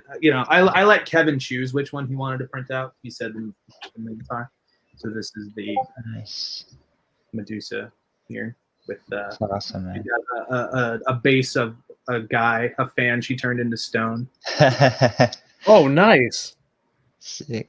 Let me see. Oh, look at that. There we go. Yeah. That's a really cool base. Yeah, I don't think I would have been able to print that. Possibly not. These were sculpted by a guy named Sam Greenwell, who is he's in the industry everywhere. He's done stuff for Sideshow and Super 7 and things like that. A very great guy. And painted by a woman named Anna Clark. She hand painted all of these scales. No way. Yeah. It's crazy, man. So if it moves into production, I guess, would something like those scales be very difficult to pull off? Yes, and so I would probably need to reduce them in some way. Damn. Unless I decided to go high-end resin statues, and then we can figure out how to make that work. But yeah, I'm glad you got to print one out. Check them out. I'm not trying to plug my own thing here. I'm just I'm totally plugging it, and you Plug paid it, me man. for that. so yeah, they're a lot of fun. They will come back one day. It's just about finding the right time. Product plastic costs have increased with everyone making PPE and paper shortages and things like that. Just with how COVID's just kind of affecting the manufacturing processes overseas. So it's just about finding the right time to do it. So but maybe now that I'm going to have my own resin printer here, I can just start doing garage kits. This point and just selling one-offs and stuff. So. Make sure you have a window open. There's some discussion in the chat. Do we, with the resin printing, do we have it in another room and this and that? I have it in the garage. I had my printer in the garage, and then wintering it, and winter in Canada is rather deadly, so I have it just outside of my garage door, into the house in the basement. So but if you're 796 Studios, you can just use your kitchen, which he does for all of his builds somehow. Poncheezy says he does it in the rest room. So is rest room weird? Because earlier I said I'm going to the washroom is the Washroom. Washroom is the weird one for sure. CJ, what do you weird think? one? See, the Canadians are on this side. Well, The Americans are on this side. They say rest room. I think both are weird because back in the Philippines, it's called comfort room. Comfort room. Oh my Comfort room. Depends on what you ate. That sounds like a place where you get a massage. Yeah, you have to pay extra for the comfort room. Well, after you do your thing, you're a lot more comfortable, right? So I guess. Again, depends. Here is the figure that Johnny enabled me to purchase. This thing is sweet. super dope. It's no CJ cape, but it's pretty Champa says comfort room represent. I don't think anyone in the English language had ever said comfort room represent until this very moment. CR. I call it CR also. this day in first, right? CR? Wait, is this a thing? Yeah. And then in Japan they call it water closet, WC. I've heard water closet before. I think I've water heard closet. before. Yeah. Okay, I think everyone there's a lot of people shouting out CR. What is going on? Only saying washroom though. Washroom. Washroom. Okay, well, I only said washroom because you guys were here, but on a daily basis, I'm just I gotta go potty. That's like what I say. gotta go potty. That's what I say to my dog. I was like, all right, go potty. Yeah, CJ, that bike is so good. I haven't found the right figure to put that on yet, but Mandibulus looks really good on there. Yeah. The war room. I like that. War room. Throw the bike again. Yeah, I could. Nice with your plunderlings. I was trying to see if I have anything back there that would look good on there, but I don't. Let's see. Some Super 7. A repeat of my unboxing of this. I'm not going to be able to like snap it open because that was the magic of editing in my video. Right. But yeah, so this sick unboxing knife. You bought a knife for this. I did. I came prepared. I'm excited. Oh, yeah, that bike. oh, you've already got that. See what you need about like McFarlane DC. Like he's giving you 1/12 scale vehicles, even though they're like a 1-seater. It's like 20 American dollars. It's cheap for what they are. They're incredible. As somebody who has like a Batcave display, and I try to collect a lot of the vehicles from when I had growing up and some of the newer ones now, like to get a 1/12 scale, what the Bat Raptor was the first one. Yeah. For like 20 something. Like that's I had crazy. to get that too. Kyle, can you explain the reason behind the clear version of the Megazord? Yes, actually, I would love to. Basically, this whole Super Cyborg line, now you can see this figure a little bit better, is based on an old Japanese toy called Henshin Cyborg, which was actually a G.I. Joe figure licensed out by, I can't remember which specific Japanese company, but they took that body, like that kind of like art mannequin body from like the original G.I. Joes, and cast it in clear and put some robot guts in the chest, and they turned it into this line called Henshin Cyborg. And so whenever we do these Super Cyborg figures, the whole kind of not gimmick, but just one of the extra functions is that you can take the chest off, you can see the inner robot guts and how they all work. So every time we do a new Super Cyborg figure in the Super Cyborg line, we do a clear one as a nod to the forefathers of old toys in Henshin Cyborg. I love that. Nice. It's like paying homage to an older line. You have to do it every time. That's right. And I was telling Kevin in the pre-show or whatever. I watched a review with Foosh Robo today. Shout out to that guy who was also an enabler. And he just clipped off the twist ties, and I never thought to just cut them. I always like a jackass flip over and untwist them myself. What do you think this is for? I don't know, dude. Come on. How much you're unboxing? So I feel like my eyes have been opened after 20 years of toy opening. I finally thought what if you just cut the wire? Oh. So thanks, dude. You have to save the twist ties to make Spider-Man web. That's why. Oh, shitty ass Spider-Man webs at a time. See, I made some of those back in the day. Yeah. Do you have my friend Steven Fernandez is here. He says, Johnny, you're going in on that figure. Do you have ideas ready? Are some shots? Has the figure inspired you yet? for some shots. I think that yeah, or I don't know. There you go. I think that's pretty dope. But so this head though on or if you can see that, it doesn't have the separate cut, so it's not on a ball joint. Right. This Al Simmons head is on a separate ball joint, so you can kind of move it around separately a little bit. Mm-hmm. This one isn't, so it's you're kind of stuck to having him look like that a little bit. I mean, you can get around it with your angles and stuff. So for sure, you'll probably see these on my C1. Maybe I don't know. See them both on my page soon-ish. Yeah, depending. I have a new puppy, so she takes up a lot of my time these days.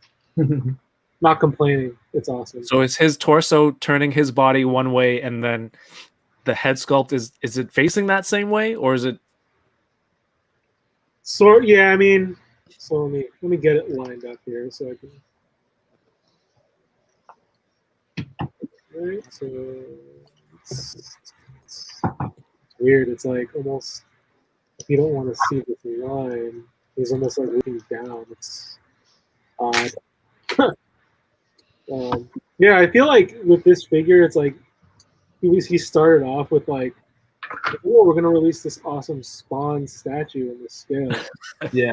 And then everyone's like, oh, you're making a Spawn, and it's like, oh, I guess we'll add articulation. So it's like a mix mash of like what was going to be a statue, but then is now, it's like a hybrid.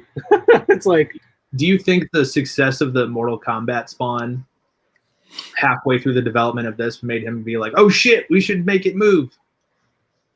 Maybe. And to make it move. I think so. That Mortal Kombat Spawn to me was like my figure of the year, which is very. I don't really buy a whole lot of McFarlane figures. I've had my opinions on them in the past and still do. But yeah, that Mortal Kombat Spawn is so good. I think it's a great figure, and that's what like. When I heard about this, I'm like, oh, okay, well, like, yeah, obviously I'm going to get this, and this is definitely not the same. The cape is like, I mean, it'll look cool in photos, but like, it's heavy. It's like, yeah. Just like but did you kind of have in mind going in that, like, you know what, there might be some limitations to this, knowing that it is McFarlane, that as a toy photographer like yourself, yeah, I mean, there might be some limitations for you. What I hoped was it at least would be on the level of the Mortal Kombat, not less. And even though it is less, like seeing the way they look and stuff, like the sculpt is great. Like the paint is nice on them. Like I think it's cool. I think it's like I'm happy to have it, but obviously, like being a toy photographer, I'm like, you know, I like to pose stuff. Like it's lacking on that front, but otherwise, like. I can still enjoy this for what it is. Like, right. I shoot stuff, and here's a segue to the Super 7s. Like, I have to shoot Paint Masters a lot. Those don't move. Like, so like for like the promo photos and stuff with like the Ultimates line, like those are resin and they don't have joints, and you kind of have to like Frankenstein them together in a sense with like whether it be blue tack or like if you use super glue, and then like even if it falls over just like on the table, like it's not like it's gonna be catastrophic, but like you might have to re-glue a leg or an arm like several times. Like it's very, very common, but like something like dealing with those paymasters was something very eye-opening to me when I first started working at Super 7. I remember like my first like photo project was like to get a group shot of Wave 2 turtles, and like they were all in pieces, and I feel like it took me like 4 hours to put them together. I think that was the last time you were on. I think you were telling me about how getting that group photo was a disaster. I look at that group photo now, there's a lot of things about that, but like that was like a year ago, so let's just pretend. I remember that day actually. Yeah. I think back to that day, and I'm like, I remember being like, "What the hell is this?" Like, fast forward to now, like I've dealt with so many paint masters now. It's like I have like a method that I'm way better at handling them and like putting them together, and just kind of generally just in general, really just handling them. Like gluing them is definitely tends to be a lot easier for me. Like with certain things, I'll tack though, like the hands and stuff, because if I'm having to swap out to like holding something, because there's all the hands with Ultimates. But like that's something that like I didn't know, like as like someone that was not working for a toy company, like I had no idea about prototypes and paint masters, or like how it is working with them and shooting them, and it's definitely a different thing than a finished product that articulates so that you can pose and like not have to worry about it breaking as much. Like, oh, if this thing breaks, like what happens it's like what happens if the prototype for Leonardo falls on the floor and shatters in like 20 feet? like there's added risks to dealing with like the fragile paint masters. So I mean that was a learning experience, or it has been. But it's cool. Like it's still fun to shoot them. It kind of forces you to think about shooting them in different ways and like focusing more on like your environments, your angles, your lighting, and then like always like for me like I do a lot of effects too. So like all that stuff is the same, but when you can't actually add the pose to it, it's like you start to think differently, which is actually good. Just opens your mind up more to like approaching photos in different ways. And You know what's super cool about this Ultimate Leo? I just realized 2 of these hands are the same grip, but one has the joint that where's my hand that goes like this way. you're like, oh, my hand's not real. One hand goes this way. Yep. Because I was trying to find out which one was the sword holding hand. I didn't want to like kind of force it in and scuff the paint on any of these. And it's cool that the fingernails are a different color too. That's a nice addition. Fingernails and toenails. So I went to the box to look, and I'm like, this is the exact same hand, but there's 2 different joints. Jokes on you, it's not. Yeah, that was something that we wanted to make sure to change, just with like how the turtles go. Just because like some of the figures typically just have this for weapon holding hands, which is correct. But who uses sword like this sword like that? Yeah, exactly. I mean, you're more earlier. I was doing this. I was like, if I had a sword, how would I? You would do this. With my hand Yeah, you wouldn't. Yeah, do always like this. Yeah, it's always it lets you get those like cutting poses and right things like that. I actually pose him with the sword like on his shoulder like this, and that's enabled because of that vertical disc hand. Yeah, right.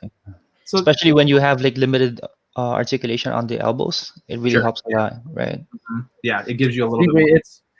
It's just gonna say that, and it's easy to forget because it's been a while. Like you are an amazing toy photographer and poser too. I was gonna say that earlier when we were talking about it is like the costumes, but like all the photos that you take like on your website, like that's all you. Yeah, the one that you promote from like people like I've been on, like you've shown some of my photos, but like yeah, like you're definitely a really good, amazing toy photographer. I've been following CJ doing toy photography since I started my Instagram like 8 years ago. So like, but everyone knows you now as like the soft goods guy. Yeah, he's like one of my 10 followers when I started. Come on, no, you were up there, man. And then it's it was YouTube will randomly show me your what's the ACBA tournament with the videos. Video posing. It'll randomly show me stuff from your channel every once in a while, and it would be like, from however many years ago, and I'll see all your 3 3/4 GI Joe setups, and I'm just like, dude, this guy's killer, man. It's total package. Total package. Honestly, you're talented. There's like, I think everything you put your mind to, like you look at all the detail. Why is this turning into a CJ ass kissing thing? But like, you do is just like this is the main reason why I don't want to get on. This is why you wanted to come on. I'm like, I can't wait for Kevin to talk about how well I do with it. Well, I'll say one more thing about his photos, and then so he doesn't get too uncomfortable. But like, the thing that like stood out to me about your stuff, like when I first started seeing it, and I guess like talking to you, was like the lighting, and then like the posing, because like those 2 things right there, in my opinion, are like 2 of the most important things in a photo. Because like if your pose, okay, so like you could have the best lighting, right? Like your lighting's killer. If I know you agree with this. Like if you see a photo catches your eye, the lighting's sick. But then wonky ass pose, you're gonna be taken out. You're gonna be like, like almost. You're gonna be like almost had it. The same way. So like almost. You're like you almost had it. I almost like that. That's like, to be honest, that's how I like. I mean, Johnny goes and likes the photo. He liked it, and then I don't vocalize this to people when I see their stuff. But like that's because that's how I think though. Like when I see, I'm like, oh, the lighting's great, like environment's cool, like everything's like checking all the boxes, right? And then like I look at what the figure's doing, and then like I'll see something, and mind you that like I am pretty picky for sure, but like I feel like, so I'll see something and I'm like, like that looks a little weird, and then like I love that though. I've found photo ideas off you guys before, and I like ask for criticism. Yeah, like it's like as soon as I see it, it's like can't unsee. Like it's like I look at it, I'm like, oh, that thing looks pretty sick. That's one of the most important things also for me. The posing and the lighting, right? The lighting is how you get the people to actually stop and look at your pictures. Yeah. And then it's like the main dish is the posing. It doesn't matter like if you're telling a story or something. The pose really sells the picture. Right? Yeah, like even if you like, so if you don't have dioramas or anything like that, you don't need to have it. But like this is like a testament to the power of having those two things dialed in. Like you could take a figure, you could put it on your kitchen table, pose it, get a nice solid pose, get some good lighting on it. That's people are gonna stop and be like, that's sick. Like, or you could have the sickest diorama or put it in the coolest environment, no lighting, shitty pose, I'm out. Like if I see things like that, I just think like, oh, I wish I had that dial, because like the way, like, because I know like just how I shoot in like my brain, I'm like, I would have so much fun with that. Like it'd be fun to like. So. And also with the dial, you also gotta look at how you're gonna use it. It's not always you don't always shoot up front. No. You know, like you gotta use the textures of the dial, right? Yeah. Like you get a dial, like if you have like one. When I first got like a dial piece, I only had like one. I had one thing, and it was just like a gravel. It was like a gravel ground with like some bricks and like some like rock rubble. I used that thing so many different ways, and I feel like it actually ended up benefiting me in the long run because it made me get creative with one piece. So then like once I started getting other stuff, I was already like conditioned to be like, you're not gonna, like you said, you're not gonna just shoot it from the front. It's like try shooting it from here, from there, like up top, down below. Exactly. Like, turn it on the side and see what that might look like. Maybe it looks like a wall or something. Like don't you have that Terraformer dock? Yeah, I've done like 100 photos out of that thing, but they're like all different. They're all different, yeah. So that's the fun part, and like even for like shout out to Terraformer, like he's told me like, oh, I love seeing, that's like my favorite stuff, like people use my stuff, and then like when I see it used in a way that I never thought it would be used in, like and like working here at Super 7, like we make so many different things, and it's like I don't always have, it's like I don't have unlimited dioramas like for specific characters, so like I do have to get creative, but it, like all that stuff over all these years, I feel like is almost like, it's just like it helped me out so much, because like, oh, pineapple, yeah, it's like, could you make it look like, do you think you can make it look something like this? And it's like I look around, I'm like, yes, like I'll look around like sitting there like, I have this, I have that, I could probably make it look like this if I use this lighting. So it's just like all these years of doing that kind of stuff. You have this mental library of the things that you've done in the past, right? That piece would look like this if I lit it like that or shot it from this angle. Like if it's out of focus, it's gonna look, it could probably pass for this piece, like things like that. This is why it's so rad that Johnny's part of the team now, because like I had been a fan of his work for years. Like I kickstarted his book. Like I watched all of his like tested things. Like I even at my old job, I even tried to get him to take photos of my stuff back then, and he was like, "Nah, not for me." That's actually spot on, Johnny. That is spot on. Well, I don't remember that interaction, but like once he told me that, so that's fine. I was like, when he told me that, I was like, oh, I hope I wasn't a shithead to him. Oh, that's right. I need to get this signed, man. Mine's Johnny asking time. What the hell? See, now I'm getting uncomfortable like you were. No. So Johnny showed up at the last Comic-Con that happened. So 2019, Johnny showed up to the booth and was buying a Ninja Turtle shirt. I was like, holy shit, you're Sergeant Bananas, dude. And he was like, yeah, I'm Johnny, what's up? And I was like, oh my God, like you're a huge fan, like blah, blah, blah. And I was like freaking out over it. And Johnny was his normal cool self like he is right now. Well, at least I didn't be like, dude, you're so corny. Shut up, man. And so, yeah, we after that interaction, we just kind of like kept talking on Instagram or whatever. And so when the opportunity showed up at Super 7, I was like, yo, dude, are you looking right now? And he was like, I am. And rest is history. Yeah. Also, you were responsible for this? Yeah, I've caused a lot of pain with his inclusion. But And Johnny's also responsible for me working with the Horseman. He hooked me up. Yeah, I'm super Johnny's the dude. That's another thing about the toy industry is that it's, I guess, for a lack of a better term, incestuous.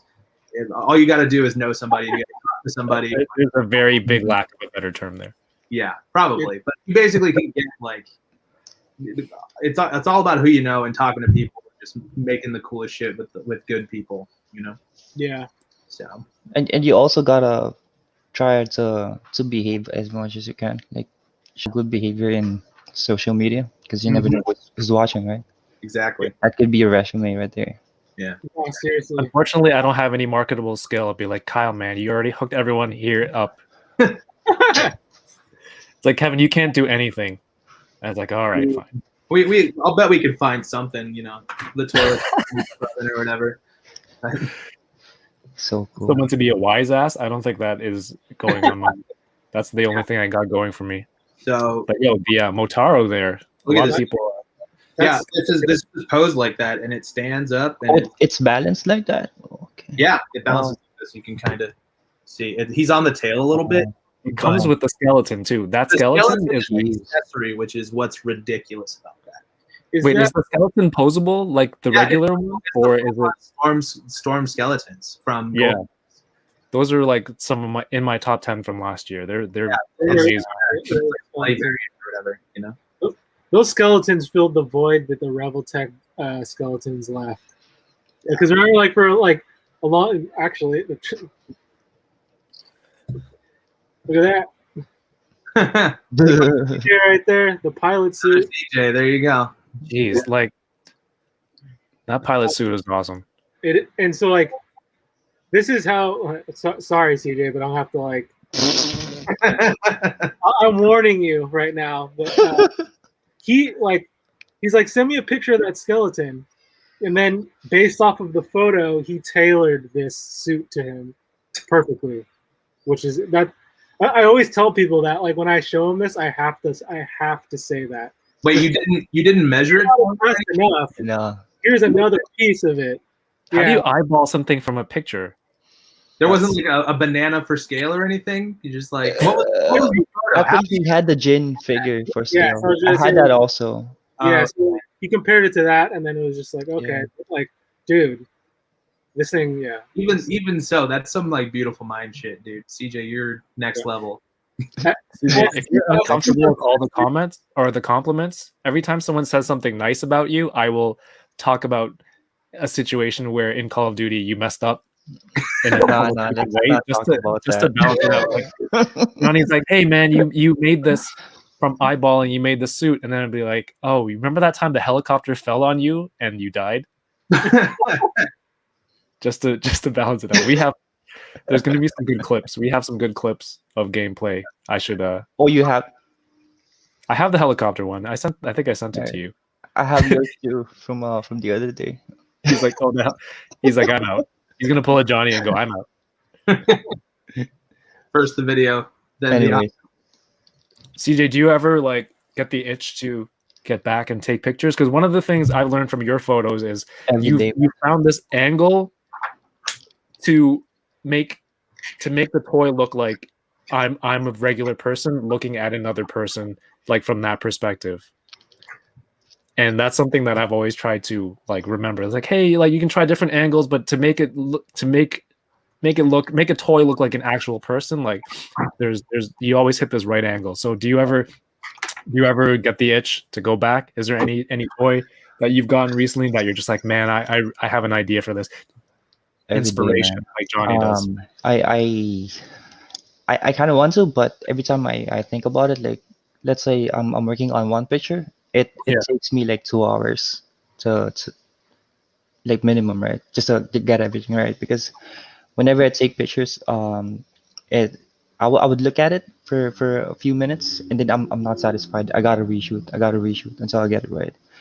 Right? Because when you get it out on the internet, it's not gonna, like, what are you gonna do when you're not happy with it? You're gonna put it out, right? Like even so, whenever I post it, I'm not happy with it still, right? But it just takes a lot of energy and time Yeah. and stuff, and like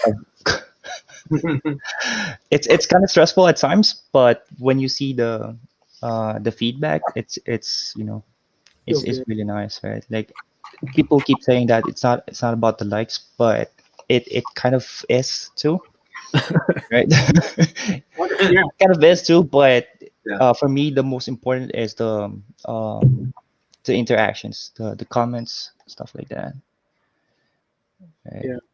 But I think the most important thing when you're shooting photos is, let's say you're shooting like a giant uh, robot or something like King Kong or something, right? Think about where you would be when you see that giant thing, right? Like you'd be all Like the as way the on the viewer. ground, right? Yeah, Yeah.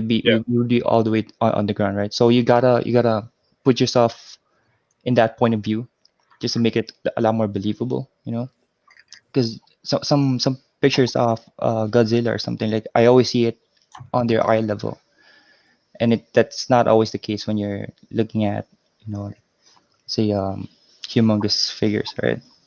Yeah. In real life. Yeah. Just one of those things. Yeah, man, that's definitely some of the stuff that I've picked up from your shots. But I think you're due for another one, man. It's been a long time. People forget. Yeah, People forget you're a photographer. maybe this weekend or something. What else? Do you have anything else to open, CJ, or you've just been? That's it. I don't really even buy that much figures anymore because I don't have time to make clothing for them. These guys have been keeping me busy. That's right. Oh, Ryan. That's super cool, man. It's just like the three of you here right now, like, have so much knowledge about unreleased stuff right now. It's That's right. Mhm. for me, I was just like, I want more, but also, you guys are friends. I respect you guys. I would never ask you or anything, but like, yeah, I don't want you guys to feel like, oh my god, who's gonna slip up first and say something stupid. Yeah, it's actually over here on my drawer. You want to see it? Yeah. Yeah, okay. Yeah. Actually, I was telling Kevin, like, just kind of just around here, there's just all kinds of test shots and prototypes and paint samples and. This is not the horse that Batman was riding. I had the idea that this is like from Dark Knight Returns, right? I don't recall that shot, but man, the fact he can balance like that with Batman on him. I know. Until I get the Four Horsemen horses, this is what it's got to be. So I had this idea when I got these guys last week, and I don't regret it. This was worth it. Now they're going on a ride together. I'm gonna open my Krieg. There you go. I'm gonna go to the bathroom or washroom or water room, comfort room. Comfort room. Comfort room. There you go. You just say CR and then you leave. Apparently, people understand what that means. Shout out to CR. Look at see, I told you that I could do that, and maybe on the well. How's that? It's all right. You're good. You're good, buddy. You're good. I'll be right back. Earlier this week, was it yesterday or today? All my days are blending together now with all the toy news all the time. Vesco did their Black Baron Benz. No, yes. It's a golden age, man. Like, what's right? It's a golden age. You can get anything you want when it comes to toys. you know, like you want this specific version of Batman, like it's out there. Yeah, my friend posed this question last week was, do you see yourself stopping collecting at any point? And if so, like how, because we're getting older, but we're still collecting toys. Do you see like, and you're making toys. I don't think that's ever going to change for you. Well, we'll see. Right. You never know. I don't think that I have any right to be here. I recognize every day that it's a privilege to be working on this kind of stuff, and it can end at any day. So I'm just doing my best to make the raddest shit possible, you know. But no, I don't think I would stop collecting stuff. Maybe certain types of toys or statues or whatever, I might stop. But like collecting, I think I have that itch, because like I don't just collect toys. I collect, you know, records and magazines and art and posters and. Oh wow! So I have that affliction, so that'll never stop for me. But I wish I had waited to get the black Baron Benz, because I had the blue Baron Benz and I sold him. If I had this one first, I might have kept it. Did the blue one have this alternate helmet? Yes. Okay. I blue with the yellow eyes. I like all three of these interchangeable ones up here more than this light bulb shaped one. On the figure. Cool, it's like a nod to classic Kirby drawings and stuff, though. So right. It works for me. I sold that Baron Benz, but I kept the water effect and the anchor, and I put that on my Mezco Aquaman. Nice. Damn, I don't know how to turn off my Discord chat. Those bastards keep. You gotta quit out. It's already off. Are you on a PC? Yeah. Go to that bottom right corner. There's like a little thing where it shows that it's still open. You gotta quit. You gotta exit it out of that, because it like minimizes it, but it's still running in the background. I don't know. I think I got rid of it. Yeah, this guy, I think he looks cool with the it's almost like the Hawkeye, old man Hawkeye head. I was thinking the same thing, yeah. But in blue. Because cool. you can almost put that one on how popular that head was, and then that thing was on everything, man. Yeah, it was the Frank's Red Hot of action figureheads. Yeah, that's funny. How do you guys feel about that Dark Side from Snyder Cut? How do you guys feel about Snyder Cut in general? Is it going to save? Not DC? for me, man. I'll watch it. A bit more book. Yeah. Oh man, is he supposed to look cracked out? It looks like that in the trailer, yeah. But it's definitely, it looks like this Dark Side like took meth. This is the Florida of this. Oh, like emaciated and shit. Yeah. To me, this Storm Dark Side is the end all be all of Dark Sides. Yeah, I'll probably agree with that, even though I don't really care about Dark Side, but like that's probably the best looking one. Yeah. He's always had this squarish body, right? Mm-hmm. Yeah, he's very boxy with his. Yeah. Mm-hmm. Yeah. This kind of And that's something the Mezco got right, was the box shape for us. Exactly. Yeah. But making a figure out of resin like that's posable is kind of weird for me. Like I get it, like he's sort of made out of stone, but that just seems like I don't know. I don't want to talk ill of anybody. I'm curious what the thought process was there. Johnny, their focus back then is a bit different. Yeah. Save money on plastic, make him look like a crackhead. I do like that he's taller though. I think these are slightly larger. I think they're like 8 or 9 inches tall. This guy looks. I don't know how I feel about him. He's got like a lot of detail on the body, like all those little lines in there. But yeah, aesthetically, I don't know. I feel like that guy is a good fodder for some kind of custom of something. I don't know what it is yet, but somebody's gonna make something that looks really cool out of that body someday. We'll see. When Johnny brought up earlier the color change Ninja Turtle from Ray Fillet. Ray from back in the day, I remember I had Hot Wheels, same idea, run them under the water and they would change all the time. Is that do you guys factor that kind of stuff in when you because obviously the TMNT Ultimates line is very it's looking to recreate those toys. Yeah. Do you guys factor that kind of stuff in? And obviously you can say whatever or yeah. Well, if there's a possibility to make your connection to that vintage figure stronger, we will absolutely take it whenever we can. Yeah, like Metalhead. So the original Metalhead had the translucent, like the brain was red. When you hit it with light, his eyes would light up red. Oh, like a Jawa? Yeah, same concept. Yeah. So yeah, the Ultimates Metalhead, the head will be cast in clear red. And you can put the light in the brain, and then his eyes will light up, just like that vintage figure. Awesome. So, like the Ultimates line, I've talked to all three of you guys about it. Like I know why I'm buying it because it's reminiscent of a childhood toy. It's a specific look that it's going for. But then the turtles, so like the turtles have that alternate head though that like transforms it into something different. That you're like, yeah, it's like if Johnny turns around and wants to do some toy photography with it, actual fight scenes, they're not just limited to the recreation of the old head.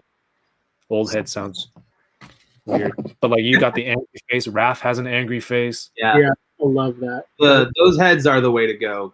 Johnny and I have talked about this a lot. Like I think the toy heads are rad, and it's clearly like what we need to be doing with that. But like, I will always display mine with those more realistic, angry looking heads, just because to me that's Turtles to me. Because I had the toys as a kid, but I didn't start watching Turtles until the like 2003 version, or that cartoon where they were all like a little bit like more jacked and the same color and stuff, I think, or different colors, I think. So yeah, I mentioned before that I really like the idea that you anchor each wave with like a main turtle, and then you can throw in a villain, and then maybe somebody who's not as popular, and you can throw that in there. And that was one of the main reasonings that talked me into starting Super 7 was like, hey, I don't have to pay for 4 turtles all at once, and like huge amount of money at a time. But then now I played myself because it's like, okay, I can't. These are so good. I don't have a complete team. I've got to wait however many months between each release to complete the team. And I was watching Brian on the wrestling podcast the other night. I forget what Major Wrestling podcast. Yeah, and he's saying that was really cool. That was really cool to see. Like he's on and talking about those guys with their own figures. Yeah, which is probably the coolest part that you can do. Like, and then those figures have action figures of themselves as well. Sweet. Yeah, that was a really cool watch. But like he speaks about, and that was another great episode. I don't do wrestling. I'm not into wrestling. I don't collect anything wrestling. But to see his thought process, how like I don't know, he was talking about how much it costs per peg on Walmart to sell something and what that's worth. And that's why there's such a huge fight between the big toy companies. Like that kind of stuff is really cool. I like hearing about that, even though it had nothing to do with wrestling specifically. But he was talking about how he doesn't want to do wave 3. You know, I don't want to take your money for wave 3 when I haven't put out wave 1. I forget which line he was talking about, but maybe, I don't know. I think it was the NJPW line. Okay. So like you're spacing out the releases for each Ultimates wave. Is that like a game plan for all the lines? Oh yeah, we have plans through 22. You know, and maybe possibly even into 23 and 24. Really? I'll also shout out on NJPW to CJ, who did the soft goods on those as well, both wave 1, 2, and 3. They look super sick. I can't wait for everybody to get their hands on. He's about to bail. And Yeah, the soft goods. I really like those ones. I've seen pictures. Again, I don't collect it, but it looks cool. Well, I grabbed I got my NJPW samples this week, and the first one I opened up was Tanahashi because he comes with this guitar, which is just a super universal accessory. So I had him on Godzilla here. Why don't you show everyone your shredder kit bash? Oh yeah, hold on, Alan. Or shredder too I far? gotta go get him. Hold on. It's cool. It was basically, I got it. and I love that. I love that shredder too. That was one of my favorites as a kid. This guy is rad. And again, cloth goods by C Jism. You know. C Jesse and Oh, really? No one's ever said it out loud to me. No, No one's ever gotten it right. C Jessom. That's it? C Jessom. Okay. C Jet. It's whatever. It's whatever you prefer. Nice. Proper credit where credit is due. CJ did this cape as well. So here's my shredder. Nice. Shredding shredder with real shredding action. Exactly. So, but yeah, the way that you concepted how it like the cape can also close for like a robe too is super rad. Yeah. I really had to get that down. It's pretty important because of how the vintage figure worked. Mm-hmm. And right when I saw that, when I got that figure, the first thing I did was, I was like, "Oh man, I have vehicles from the original vehicles," and I put it on. I put Shredder in the car, and I sent it over. It took a lot of cramming and folding his legs in to fit him into that vehicle. But man, the colors look great. Like they all match. I put a picture up on my Instagram. It's like, oh wait, I have this. The purples on the costume as well as the vehicle. Like, An ultimate scale foot cruiser would be pretty cool. Or that spinny tunneler car. Oh yeah, what was that called, Johnny? You remember? There you Polygonal, I think. Yeah. So this is a Super 7 shredder, ultimate shredder on the original. Someone told me is the Neutrino vehicle, Neutrino something. I always thought it was the foot cruiser or whatever. Yeah, they had their car was like very like it was like the same thing, but it was just different colors. Get in, you mutant morons! We're going shopping. Solid. That's a solid caption. Hey, there you go. If I told you, if you needed smart assery, that's my marketability right there. Yeah, it sounds like you specialize in memes, which we need. So maybe. Wait, you have Johnny for that. We need memes that are universal. John has very specific ones. What fun is that, though? For sure. Yeah. Someone said, "Is that a hint?" I don't think that's a hint. This is just my picture. I have I have no relation to any of this stuff. That's just me. Yeah. Figure fan Nate. That's just me talking because where Johnny and I are just as big of fans of this stuff as the people who buy our products. So a lot of our time is just like, oh, look at this cool thing. Would it be cool if we did this and this and this, and just kind of geeking out over toys. It's pretty rad to be able to talk toys like so openly and get Johnny, not to brag, but to get paid for it. Yeah, a lot of our conversations are just like, wow, wouldn't it be cool if we did this, and just geeking out over stuff. So not figure fan Nate, not a hint at all. Do not quote us on anything. So it's guaranteed that people are gonna get like the cool stuff eventually, right? Yeah, I mean that's super cool. That's the goal. Is we're always gonna make the coolest shit. Mm-hmm. Hey, as possible, I mean, Super 7 is doing the Thunder Tank. And hopefully people who are fans of Thundercats all backed it and show the support. Because companies obviously, depending on the results that you get, then you can say, hey, you know what? I have more licenses where I can make vehicles. If people like Thunder Tank, at this capacity, at this level, to get it funded, then it opens up the possibility for a company to be like, hey, I can actually go towards something like that. Yeah, so I mean, it sounds really shitty, but the best way to voice your opinion to a company that you like or don't like their product is with your money. yes, you may feel better about the comments that you leave on Instagram or whatever, but the thing that's gonna like communicate to that company ultimately is the dollar signs, So it's not like they disregard those comments. Like, we do listen.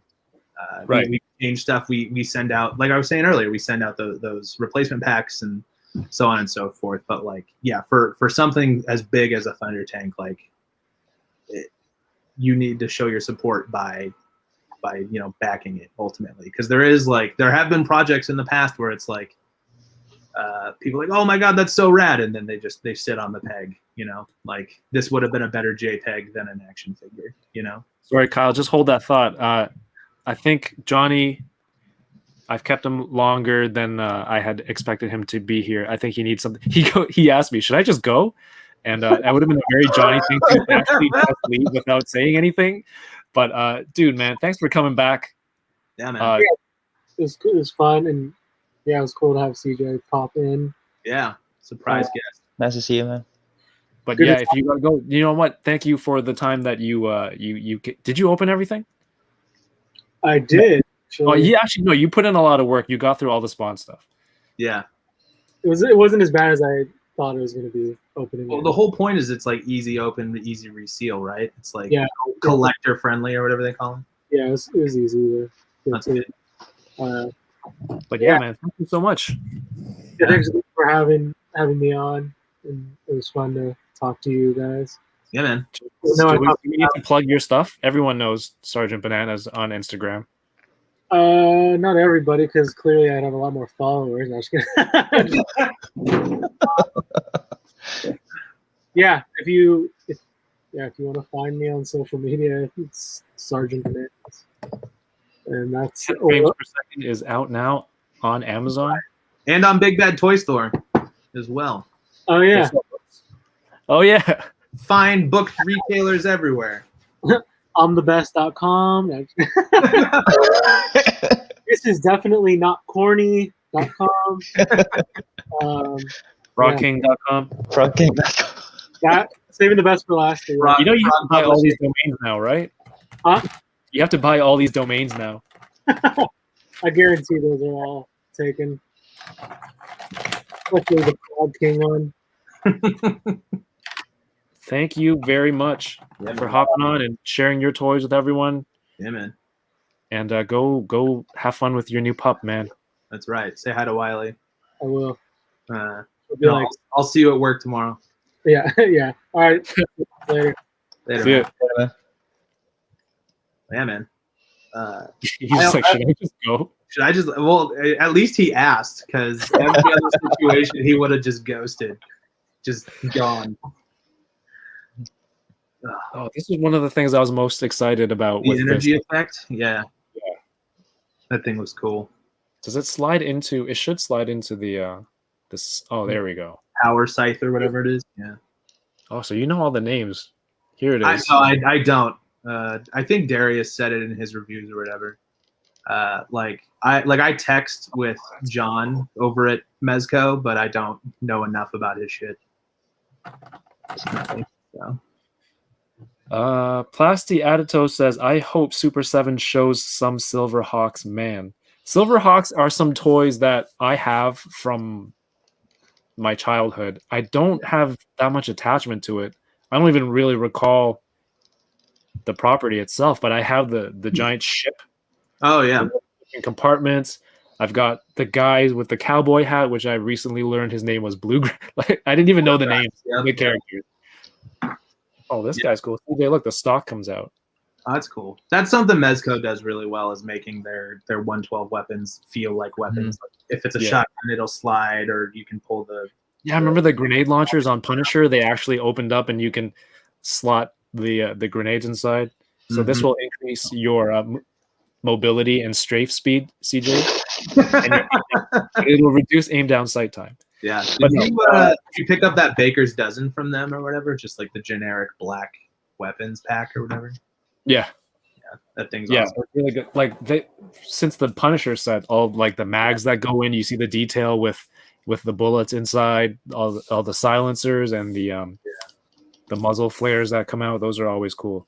Yeah, but Silverhawks, if you need, I have a lot of those. I have a lot of those toys. It's crazy, and I don't even like. Each one had their own hawk. Mm-hmm. Yeah, I used to play with those hawks all the time. I Falcons didn't or really eagles touch or the whatever. big guys. Their own birds. Yeah, exactly. Yeah, you had those too, CJ. Yeah, I had those, but I was just playing with the small hawks. That's it. Like I wasn't interested in the figures itself. With the big My guys. mom hated that one because one of them was a whistle, Mhm. and I would just run around the house just like, wee! She hated it. But those are cool, man. I can't wait to see what kind of stuff comes out of that line. Hopefully, some good stuff. We're working on them. They're coming. Yeah. What is it called? The that finish, that metallic finish. I know there's a it's vac metal for short, but the full title is vacuum metallized. Right. Because basically it's like a metal sheet that is then vacuumed on top of that piece of plastic, which is why it can flake so much and like from use and things like that. Yeah, that's actually a pretty advanced toy. It had that, and then it had the soft goods. It was kind of, I think it was soft goods cape. I think they were wired to keep the shape because then their arms popped out, and then the wings, the cape would expand with it. Yeah. So that's really cool. I think I'm excited to see. If only we knew somebody who could do that again. Is this just a pitch meeting where you're just trying to get some? No, he's already been pitched. We've already got him. I might not have it in front of me. Can neither confirm nor deny these facts. Yep, exactly. And then there's what were the 7? Let's talk about things that you can talk about that's actually released. What were the 7 things that were listed? The 7 days of Super 7 teasers. We can talk about what those were, but I can't talk about not where specifics, they are, where they're coming. Licenses themselves. Mm-hmm. There was Power Rangers. Yes. Which we see you've done the yes. clear Megazord. That's right here, available now from super7.com. Designed by yours truly. Shows the Rangers in the chest. That's awesome. I actually want to address the Rangers in the chest thing. There's been some internet commentary, which is fine because that's how the internet works. Yes. Basically, the chest window design was because we thought it would look cooler in the chest.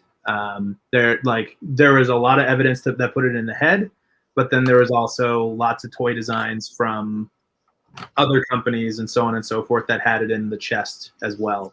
And just visually speaking, I think it was more striking to have it be in the chest. It looks clear, recognizable colors and all that stuff. And I realized that the chest part is technically like it's the pterodactyl Zord that's like slams onto the chest or whatever. Yeah. But as a kid, I always envisioned this little like teeth section as a window, kind of, or whatever. That kind of makes sense because it's a bunch of triangles. Yeah. Mishmashed together. Exactly. Nobody really knows what's going on because maybe it's something that's like lost in translation where they use the footage, but then they never really explain. Yeah. Where they go. Because I did this. I was watching Dino Fury the other day, and I made an IG live because I'm like, what's going on? Why is there? I watched that, yeah.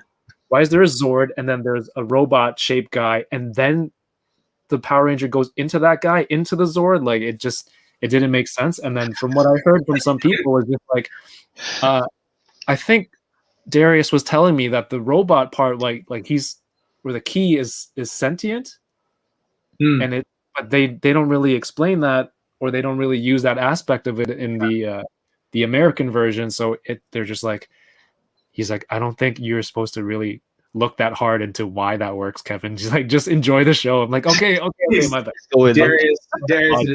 Darius talking about in his most nice way, saying you're too old for this shit. What? He loves it more than I do. Yeah, I know. Shout out. Absolutely love it. Shout out to Darius. Yeah. So I have a question about that. The Megazord. Does it have space for the Green Ranger to be in the back? No, but we're not really saying anything. But if you look at the side of the box, Green Ranger might have its own coming eventually here. For those of you who recognize that silhouette a little bit. Nice. But I would love nothing more than to have a little Green Ranger you can put in here that would then kick all those guys out. Yeah, it's sabotage though. Dude, that clear Megazord is growing on me every time you show me. At first, I was like, I don't need that. But then now that I'm thinking of display pieces back here, first of all, I'm thinking of moving out the Age of Apocalypse stuff over here. Yeah. And I'm debating if I should make this either display pieces or Power Rangers, because I have... Yeah. I saw your Ranger shelf when you were doing that like walkthrough thing. Yeah, there's a lot of stuff. There's a secondary shelf over there for figures that Power Rangers I don't have space for. Yeah. So I think that clear one's kind of growing on me. Well, I mean, I think the clear one is super rad. I also may or may not be looking at a different colored version of this somewhere right now. And then there's also, we can talk about it because it was confirmed in our press release, but there's going to be reaction figures of Power Rangers. Right. I think there were some. That's about this big. So it basically is almost like, it's not 100% in scale, but it's pretty close enough to be like, to make a cool display. And that's how I plan on showing this guy in my display. I'm trying to see if there's any reflections off of that clear plastic. He puts it down. He's like, whoop.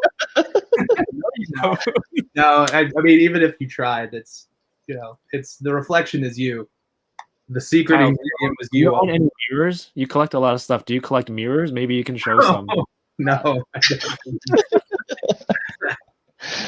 No, I'm messing with you. I might have some back metal toys so you can like enhance and try and find it that way. But yeah, okay, yeah. So the seven are these all new licenses? Were just it was all stuff that we hadn't talked about having yet. So it was Power Rangers, let me see, Silverhawks, Run the Jewels, right, Godzilla, or Toho in general, Star Trek. Should I just Google this? I mean, you can. What can you pull up that image? He might if I can see the image, I can tell you what it is. I think I got 6 of them. I'm trying to think what the last one is. It's not like I don't know my own company or it's not. Yeah, I know. I put you on the spot. I know what we're working on. It's just there's so much stuff that I only have so much capacity. Right now, it's almost all Transformers. Power Rangers. Was Transformers? No, because we had Transformers before. We announced the Ultimates then during that week, which was also I worked on those a lot as well. Here it is. Again, collaborative process. There was a huge effort by everyone involved. Oh, okay. I remember the last one is it's the 20th anniversary of Super 7. Oh, okay. 20th anniversary. That's right. So we're going to be doing some cool, some special 20th anniversary products and promotions and things like that a little bit later this year. I didn't even know you guys had T-shirts too. Super 7 store. I think like little boutique stores. They're not that common here. Yeah. In Canada, but I guess in California they have everything. So next time I can visit. I have family out there. Next time I can head out there, I definitely want to check out some of the stores. Yeah. Well, I mean, you can go to San Francisco, hang out with Johnny, and he'll show you around there in the San Francisco store, and then you can come to SoCal with me, and I'll take you to the San Diego store. And you can teach me how to skateboard. Yes, exactly. We'll go skate Venice or something. Oh, is this the? That's that replacement pack we were talking about. So Right. Awesome, man. I think it's super cool that you follow up with something like this. Yeah, we want to get it. We want to get it right, and we recognize when we don't. So I know you're super excited about. Yes, that figure is more or less the reason why I decided to take the job at Super 7. Really? Yeah, because I was interviewing with them or whatever, and I was wearing a Ghost shirt like I usually do. Today is a day unlike any other. I wore this shirt with Bo-Katan on it because you requested it, Kevin. I did not, but I do like. Thank you. But yeah, I usually wear a Ghost shirt or whatever, and I was wearing my Ghost shirt, and they were talking about all the stuff that they were working on and what the job would be. And I actually brought this guy, showing them like, oh, I make toys on my own too. You should pay me to do it for you. That's awesome. And I was like, what you guys should be doing is you should be making Ghost figures. And they like looked at each other like, yeah, we already are. And I was like, where do I sign? So we haven't offered you anything. I don't care. Yeah, exactly. Please stop writing on my paper, Kyle. You're just signing it. Exactly. So yeah, it's been really cool to be able to like kind of run how that product line looks and goes and what gets made and all that Ghost stuff. I'm always been a big fan of that. So That's it's insane, cool man. to do That like to go in there, like how fortunate is that you're wearing the shirt? Yeah.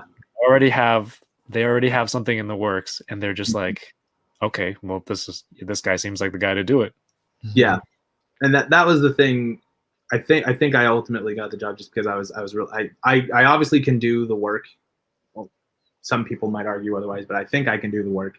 But I'm really passionate about all this stuff, and that like you can ultimately teach people skills like writing or data entry or that kind of stuff, but you can't teach someone to be passionate about a brand specifically. Mm-hmm. That's inherent, and that's something that's invaluable. So I don't think anybody here in this stream or anybody in the chat is probably shy about what they're passionate about, but that would be one of my biggest advices is just never hide what you're passionate about, because it's, I don't know, I genuinely love hearing what people are passionate about, because you can see like the life in their eyes light up, and they get so excited. And when you start talking to somebody about, if some dude's like really into like horses or whatever, and he's like super stoked on horses, you see him like, if he was like kind of a clamshell before, and you talk about horses and he like opens up and gets so excited. I don't know why I'm using a horse analogy.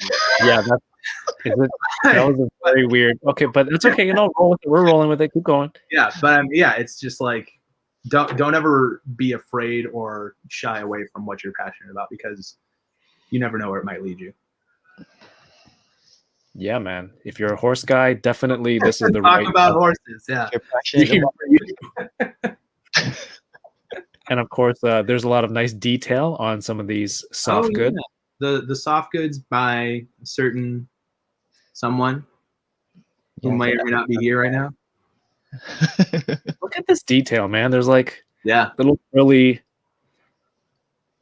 This actually was one of the first projects that CJ and I were able to like really collaborate on, because I'm super passionate about Ghost, and I was trying to tell the Four Horsemen about what to do, and they're like, why don't you just email CJ? All right, I will. And I saw how passionate he was, because he had like tons of pictures, man. Yeah, I think it even went so far as that I had like embroidery files for those like little crosses on there, whatever. Really? I don't know how I found those, but yeah. So it was cool. And I sent all the stuff that I had to CJ, and he nailed it on the first try. So. Wow. Nice, man. Yeah. Yeah, it was a fun project, man. Like I was kind of nervous how it would look when I have it on the figure, but I added the wires on the edges, and then it just looked natural that way. Yeah.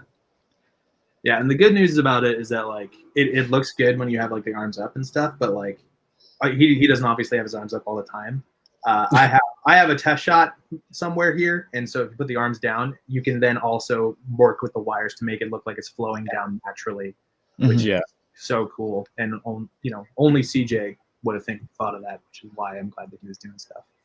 So CJ made the fucking robes, Derek Allen. Thanks. Yeah, man. CJ, your stuff obviously Yeah. is awesome. But we're not here to talk about you. No. Oh, actually, you know what? One last shout out to CJ. Can you go to that Conan the Barbarian? These? Yeah, dude. The snake. It's not there. The snake priest robe that you did for that guy. Oh, dude, right. Insanity. Thanks, man. Even a lot of the costumes in that wave 1 are crazy. Yeah. I'm not even familiar with it, and I look at it, I'm like, this is a lot of detail on here. Yeah. I go to the Conan that's got the hand up. Do that one. I think it's in that thread. Yeah. Nada. Did we not post pictures of it? What are we doing? It's so good. Might be on the Facebook page. Yeah. Well, everybody go to Super 7 and check out the Thulsa Doom pre-order. So when you work with these musicians, is this something that somebody, obviously in this situation, they were already working on it with this band before you were hopped on, but is this something that like your Brian is into and he reaches out to these artists, or what's the process like? Is like someone's like, I want action figures. Yeah, it kind of starts with like what I was saying before. We were just kind of like, oh, wouldn't it be cool if we did this? And then you kind of think about it, and it's like you figure out, well, if we wanted to do this, how would you do this? And oh, I know this guy who knows this person who works with Ghost and blah blah blah. And then you kind of make those start reaching out and make those relationships happen from there. You have Run the Jewels, which yes, is like, it's not a toy brand, right? Obviously, so no, but stuff like that amongst your new announcements, I think that kind of stuff is super cool. Yeah, and that was a really cool one because we're all really big fans of those guys. What's interesting is that so just about a year ago, me and the design team were looking at buying tickets for Run the Jewels and Rage Against the Machine here in San Francisco. And we decided, this is really expensive for the show. It was like $130 or whatever. And then like the next day, the tickets got like scalped up to like $700 or whatever. And we were like, fuck, why did we get them? God damn it. Oh, and then COVID happens and there's no shows anyway. So who really cares? Nice. Cut to a year from now, a year from then, we are designing their figures and packaging together, which is nice. Crazy how life works. Yeah, man. That's what I like to hear about when I talk to somebody working in the toy industry. Yeah, there's a lot of behind the scenes stuff that nobody really hears about. Mm-hmm. And like when you think about how long people have been on lockdown, like there's the level of negativity out there in terms of stuff. It's like it's such an easy reaction for some people to shit on something. So ever since I had Johnny on, he's like, man, I never thought about this becoming the photographer. It's like I have to take pictures of models and test shots, and half of this stuff doesn't have working joints. I blue tack together, and I'm sitting there and I'm like, man, I shit on a lot of stock photos that are just like, why is Superman pose like this, or why is this figure pose like this? He wouldn't do that.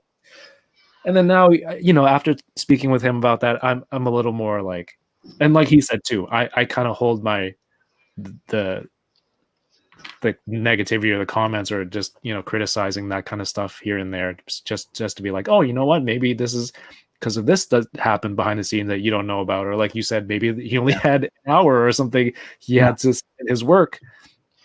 So like that's why having you on and CJ and Johnny and people who do this stuff, it's like hopefully more people can hear about something like this and shed more light on the process. Yeah, it's to put it bluntly, it's a fucking miracle any toy ever gets made.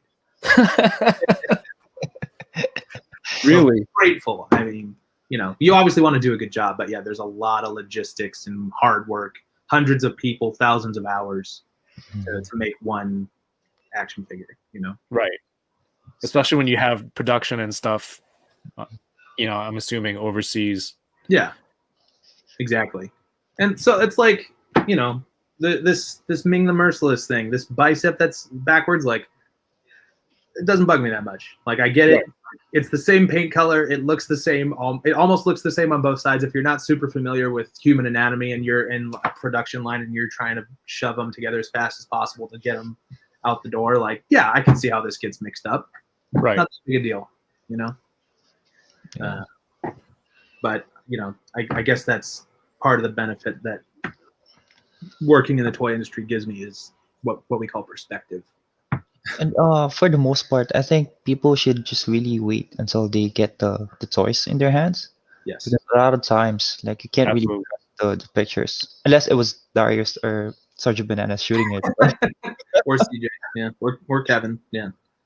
Kevin, I don't take pictures. I don't have time. You do reviews, man. It's a moving picture.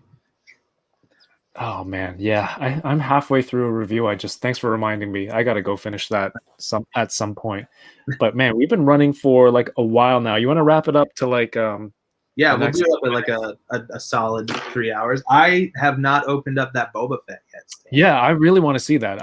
You want to open that with us? I'm ready. CJ, were you here when did you know that Kyle bought a knife just for this? Yeah. really. Nice. I'm ready. It's new knife day, everyone. Yeah. So this is a giant. How tall is this thing again? Oh god. This is 24 inches tall, I think, but the box is 28.5, it looks like. Damn. So we're gonna do this. Yes, open from the bottom. I love it. Hey Cal, do you have the Optimus Super Shogun? What was that? Do you have the Optimus one? No, I don't have that one because it's not done, but I did work on it. So, this is the white prototype version. Nice. The seal of authenticity or whatever, 400 pieces made. Is there a lot of Star Wars stuff by Super 7? We did these in collaboration with Funko, which is how we were able to get that license made. Okay. We did used to have the license for like apparel and stuff back around when Force Awakens was coming. But Star Wars is more or less one of the reasons why we do what we do. So we're all big fans. This is one of those unfortunate boxes that opens up like a coffin or whatever. Part comes off. See, this is where I need the knife. I didn't cut it open. Yeah, I think if I were looking for a nice display piece from Super 7, like the Star Wars one would be an instant buy, but I don't know about this 2 foot tall. Well, if you don't like this one, there's a Stormtrooper version. So, let's see. How many different characters were made? I don't know why I'm asking you the history of this. No, it's fine. I'm happy to do it. We made Boba Fett and Stormtrooper. Oh, okay. And 2 different colors. So there's a white Stormtrooper and a black Shadow Trooper, and then there's a full color Boba Fett, and then this white prototype Boba Fett. Very cool. Do you have a space for this? Do you know where you're going to put it? I think what I'm going to do is I'm going to move these Hot Toys back here and just kind of have it chill here. Because right now I have like the Dragon Dagger back here. What sound was that? Was that Windows or was that the Dragon? I think it was the NBC things or whatever. Sounded like the Ring camera. Easy. Let's see. See, again, shout out to Fwoosh Robo with these. Otherwise, I'd be trying to fucking untwist these things like a jackass. I imagine Robo, if he ever watches this, he's just like, I do all these reviews, and this guy just keeps complimenting me on all the work that he does, all the sketches, and all the reviews and all that stuff. It's like, No, I guess what I want him to know is that, like, you know, the designers who work on the stuff he's reviewing also watch it, and we're also fans. You know? right. Like, there's nothing that I love more than when he does like Ultimates or whatever on his. Yeah, every time I bring it up, someone in the chat writes, it's like Robo Ultimates. There we go. Dude, After there. that's awesome. Yeah, he's huge. He's got wheels on the bottom, so he rolls. Rolled his way out of that Sarlacc pit. That's right. He can just kind of moonwalk out of there.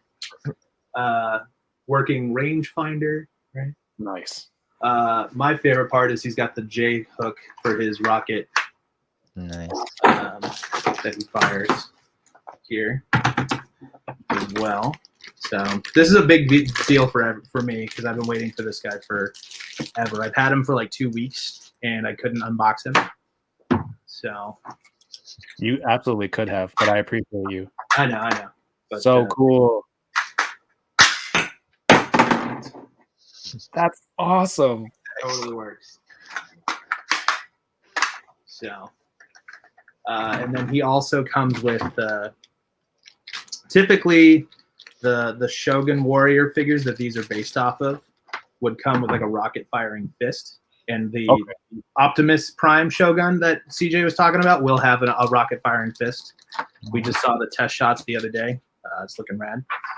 But this guy comes with wrist rockets that he can fire. So lost forever now. I saw the regret in your face like the moment you did it. I see it. I see where it is, but That looks amazing, that was man. a risky move. Yeah. So back up here. Human scale. Let's see. That's like the HasLab Sentinel. I gotta figure out where to put it. Holy. So yeah. No joke. But I'm very pleased with this thing. It seems rad. Is it like heavy? Is it weighted? Yeah, so it's weighted in the legs, so it doesn't topple over. It's not top heavy at all. That's the mistake that I made with printing your thing. Oh, really? A big dummy that I am. I never hollowed out a model before. Sure. And I'm trying to save resin, and I'm like, I thought I put drain holes into the torso, but it feels a lot heavier than the legs. The legs are, I think, because I put 4 drain holes here, maybe 5. So as it prints each layer for people who are not resin printing familiar, it keeps building up and up and up. But if it's a solid model, then you use a lot more resin. So I hollow this out, and then when you're done, it just kind of drips out. You can see through the, I don't know if you can see through the light here. It's a little bit translucent if you get it through the harsh light. So it's really light at the bottom, which I made the mistake of that, and heavier in the torso area. But, you know, it's going to sit on a shelf. That'll be okay. Yeah, maybe put magnets on the feet, right? Yeah, that actually might work. The gray resin one that I was talking about, I actually dremeled some magnets into it and glued them in, and it actually helped with assembly. So. Sweet. Yeah, well, you know what? You opened the Grail piece in that hall. Yeah. I'm excited. That thing looks amazing. I'm kind of almost enabled. I'm kind of scared to look at how much that thing costs. So this one I got shipped from Pop Culture shop in Australia. Right. And I think it was $240 shipped or something like that. I think shipping was like $70 on this guy. So that's $1,000 Canadian, right? Yeah. And they had it. It was an Australian price, and I forgot what the Australian I think it's pretty close to Canadian. CJ, I heard like if you ship between, what's the word? Not colonies, but in, Australia, Canada, there's no duty or anything. Yeah, that'd be cool. I don't know. The Queen said so. Yeah, I have the Shadow Trooper in storage, and so eventually when I get to like my new place, I'm gonna have both of them, black and white salt and pepper shakers, kind of next to each other. sweet. Well, Kyle, CJ, I like how it's like halfway through CJ was a surprise guest, but we swapped him for Johnny, or we swapped Johnny for him. It's the tag team, right? Thank you guys so much for being on here. I don't think we have any questions left unanswered. Yeah. I do have up here, Kyle, let people know where they can see your work, follow what you do. Sure. Keep up with you and your stuff. Yeah. This I mean, website right here. Yeah. So that's my website. It's just my last name.com, Wlodyga.com. Wlodyga. Got it. Wlodyga. I tried to put it phonetically in there, and you ignored it when I sent it to you. So I did not ignore it. I just suck. It's actually a good idea, just putting that in there. Because CJ, because see Jessam, everyone's always guessing. That's your site. How dare Johnny try and correct me? I said it right the first time. But it doesn't matter though. Like, so Wlodyga.com. And then Instagram is Wlodyga Dude, where I try and post some sketches or personal work and concert videos back when concerts were a thing. And then, so just super7.com, super7 on Instagram. Yeah. It's hard. I can't. If I got this, I can't open this. That looks amazing. Which one? Oh, it doesn't. Is it not showing?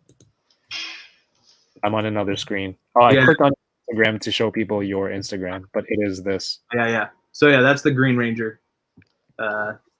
Actually, since that's already out, hold on. Let's do this real quick.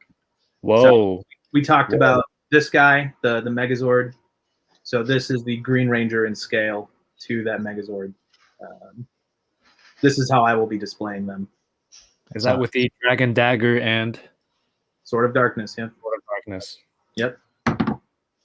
So very excited about that line. Screenshot of that for the internet. For sure. All right. Yes, thank you. That is everyone. Please make sure to check out all the amazing work. It's so cool that just chatting with you from winning the prize. That finding out you do so much stuff. There's obviously a lot of talented people out there that I'm not aware of, but I'm super glad that we were able to start chatting and do this. And so, guys, make sure you follow Kyle. CJ, what kind of stuff you got going on? Yeah. Nothing right now. CJ hasn't cut his hair in a year, I believe. Me either. This is the longest my hair's ever been in my life. So CJ has the look that I'm going for, the samurai, like Ronin look. Yeah. When I'm old, that's how I. Do you guys ever think about that, or is that just me? It's like how's my hair gonna look, or is that completely super vain? Knowing myself, I realized that I'm not gonna have any of this back then, so I'm preparing. Just a beard, right? Yeah, I'm gonna shave the head, grow the beard out long, but then comb the beard over, so it looks like I have just one side. What the heck? I can't see that now from my head. That's what CJ is going to picture now when you guys ever email or I might have to Photoshop it. Oh yeah. Wow, dude, your website's way better than mine. Those are awesome. Your stuff here, you are also on Instagram. I'm just going to plug your stuff for you if it makes you uncomfortable. cjess.com, Instagram as well. Obviously you guys work well together because you both do what you do exceptionally. So when it's combined together, as you can see, really cool stuff comes out of that teamwork. Well, like you said, the whole team that you guys have as well. Shout out to the Four Horsemen also. Sorry, say that again. Shout out to the Four Horsemen also. Yeah. Been Best doing awesome job like, sculpting and stuff. Yeah. But also curse you for enabling me to buy yet another wave of Mythic Legions, even though I don't need any more. Points for CJ. Points for CJ. Well. Oh, you okay. need that. You need the link for the official unboxing days. Yeah, send it to 796 Studios. He's gonna buy that knife. It looks pretty good. I might buy it too. Shout out to Mario. We did our 6-hour stream last week. If you have a spare 6 hours this week, whatever you need, some background noise, you can check that video out later. Next week, March 18th, I'll be on with Bobby Vala from the Valaverse, and I'm gonna another person who's in the industry, and if you catch him on the Infinity Equation, they will be. You've seen. He's very opinionated about. He has his perspective on the toy industry too. So I'm really excited to hear some of that stuff on here and talk about Action Force that he's doing. And next week also March. So next week, I'm doing two things: Thursday and Friday. Friday will be the new episode of Winter Soldier. No, the Falcon and Winter Soldier, and I'm going to be doing a wrap up recap episode with my friend Troy. I've been rewatching. Okay. Yeah, it's on next Friday. I'll watch it after work and then get notes ready and all this stuff. And Troy's good. Troy loves his stuff. Like the last time we did one with the Marvel Fan First Fridays, and he immediately called out like, "Oh, that sword at the end is Excalibur." He's sending me pictures and all that stuff. He had it ready, so I'm pretty stoked about that. And I was rewatching Winter Soldier earlier this week, and I'll watch probably some more MCU stuff just to refresh it in my mind. So guys, I'm just trying some new stuff out for everybody, not just obviously the reviews have taken a backseat because this is a lot of fun, but it does take a lot of time every week, but I'm trying some new stuff for everyone to watch. So make sure you follow the channel. Make sure you follow these amazing guys. Oh, and that guy Sergeant Banana, he's all right too. Takes some cool pictures. King Frog. The Frog King. Shout out to the Butter Nation, everyone here. Do you want to say bye to Chamba? You gave this heartfelt. Oh, that's right. My heartfelt to Chamba, the man who inspired my art career. Yeah, man. Cheers. That's Thanks awesome. for what you do. What up, Chamba? Shout outs to Chamba. Shout outs to everyone who was relating to the Comfort Room.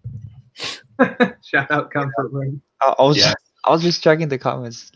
Lots of CR fans. Also, shout out to Chaba for saying this was a solid stream, because remember in the very beginning he's like, this could be good. I have his we made it, guys. We got there. Yeah, this stream was aces. Yes, thank you. I've met his expectations. He's just like, it should be another good one.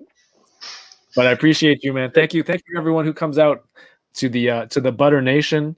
You guys are awesome, and part of the reason I keep doing this every week. I want to learn some stuff, but it's something for you guys to watch and listen. And I think that's pretty cool. For me, I never intended it really to be like that for everyone. But thank you very much. And anything else, guys? No, man. Thanks again. We should do this again soon. I miss talking to CJ, and by miss I mean I've never done it before. So I'm excited we got to do this. Nice seeing you, man. Yeah. All right, everyone. Thank you. I will see you next week, and keep toying around. Peace. Later. And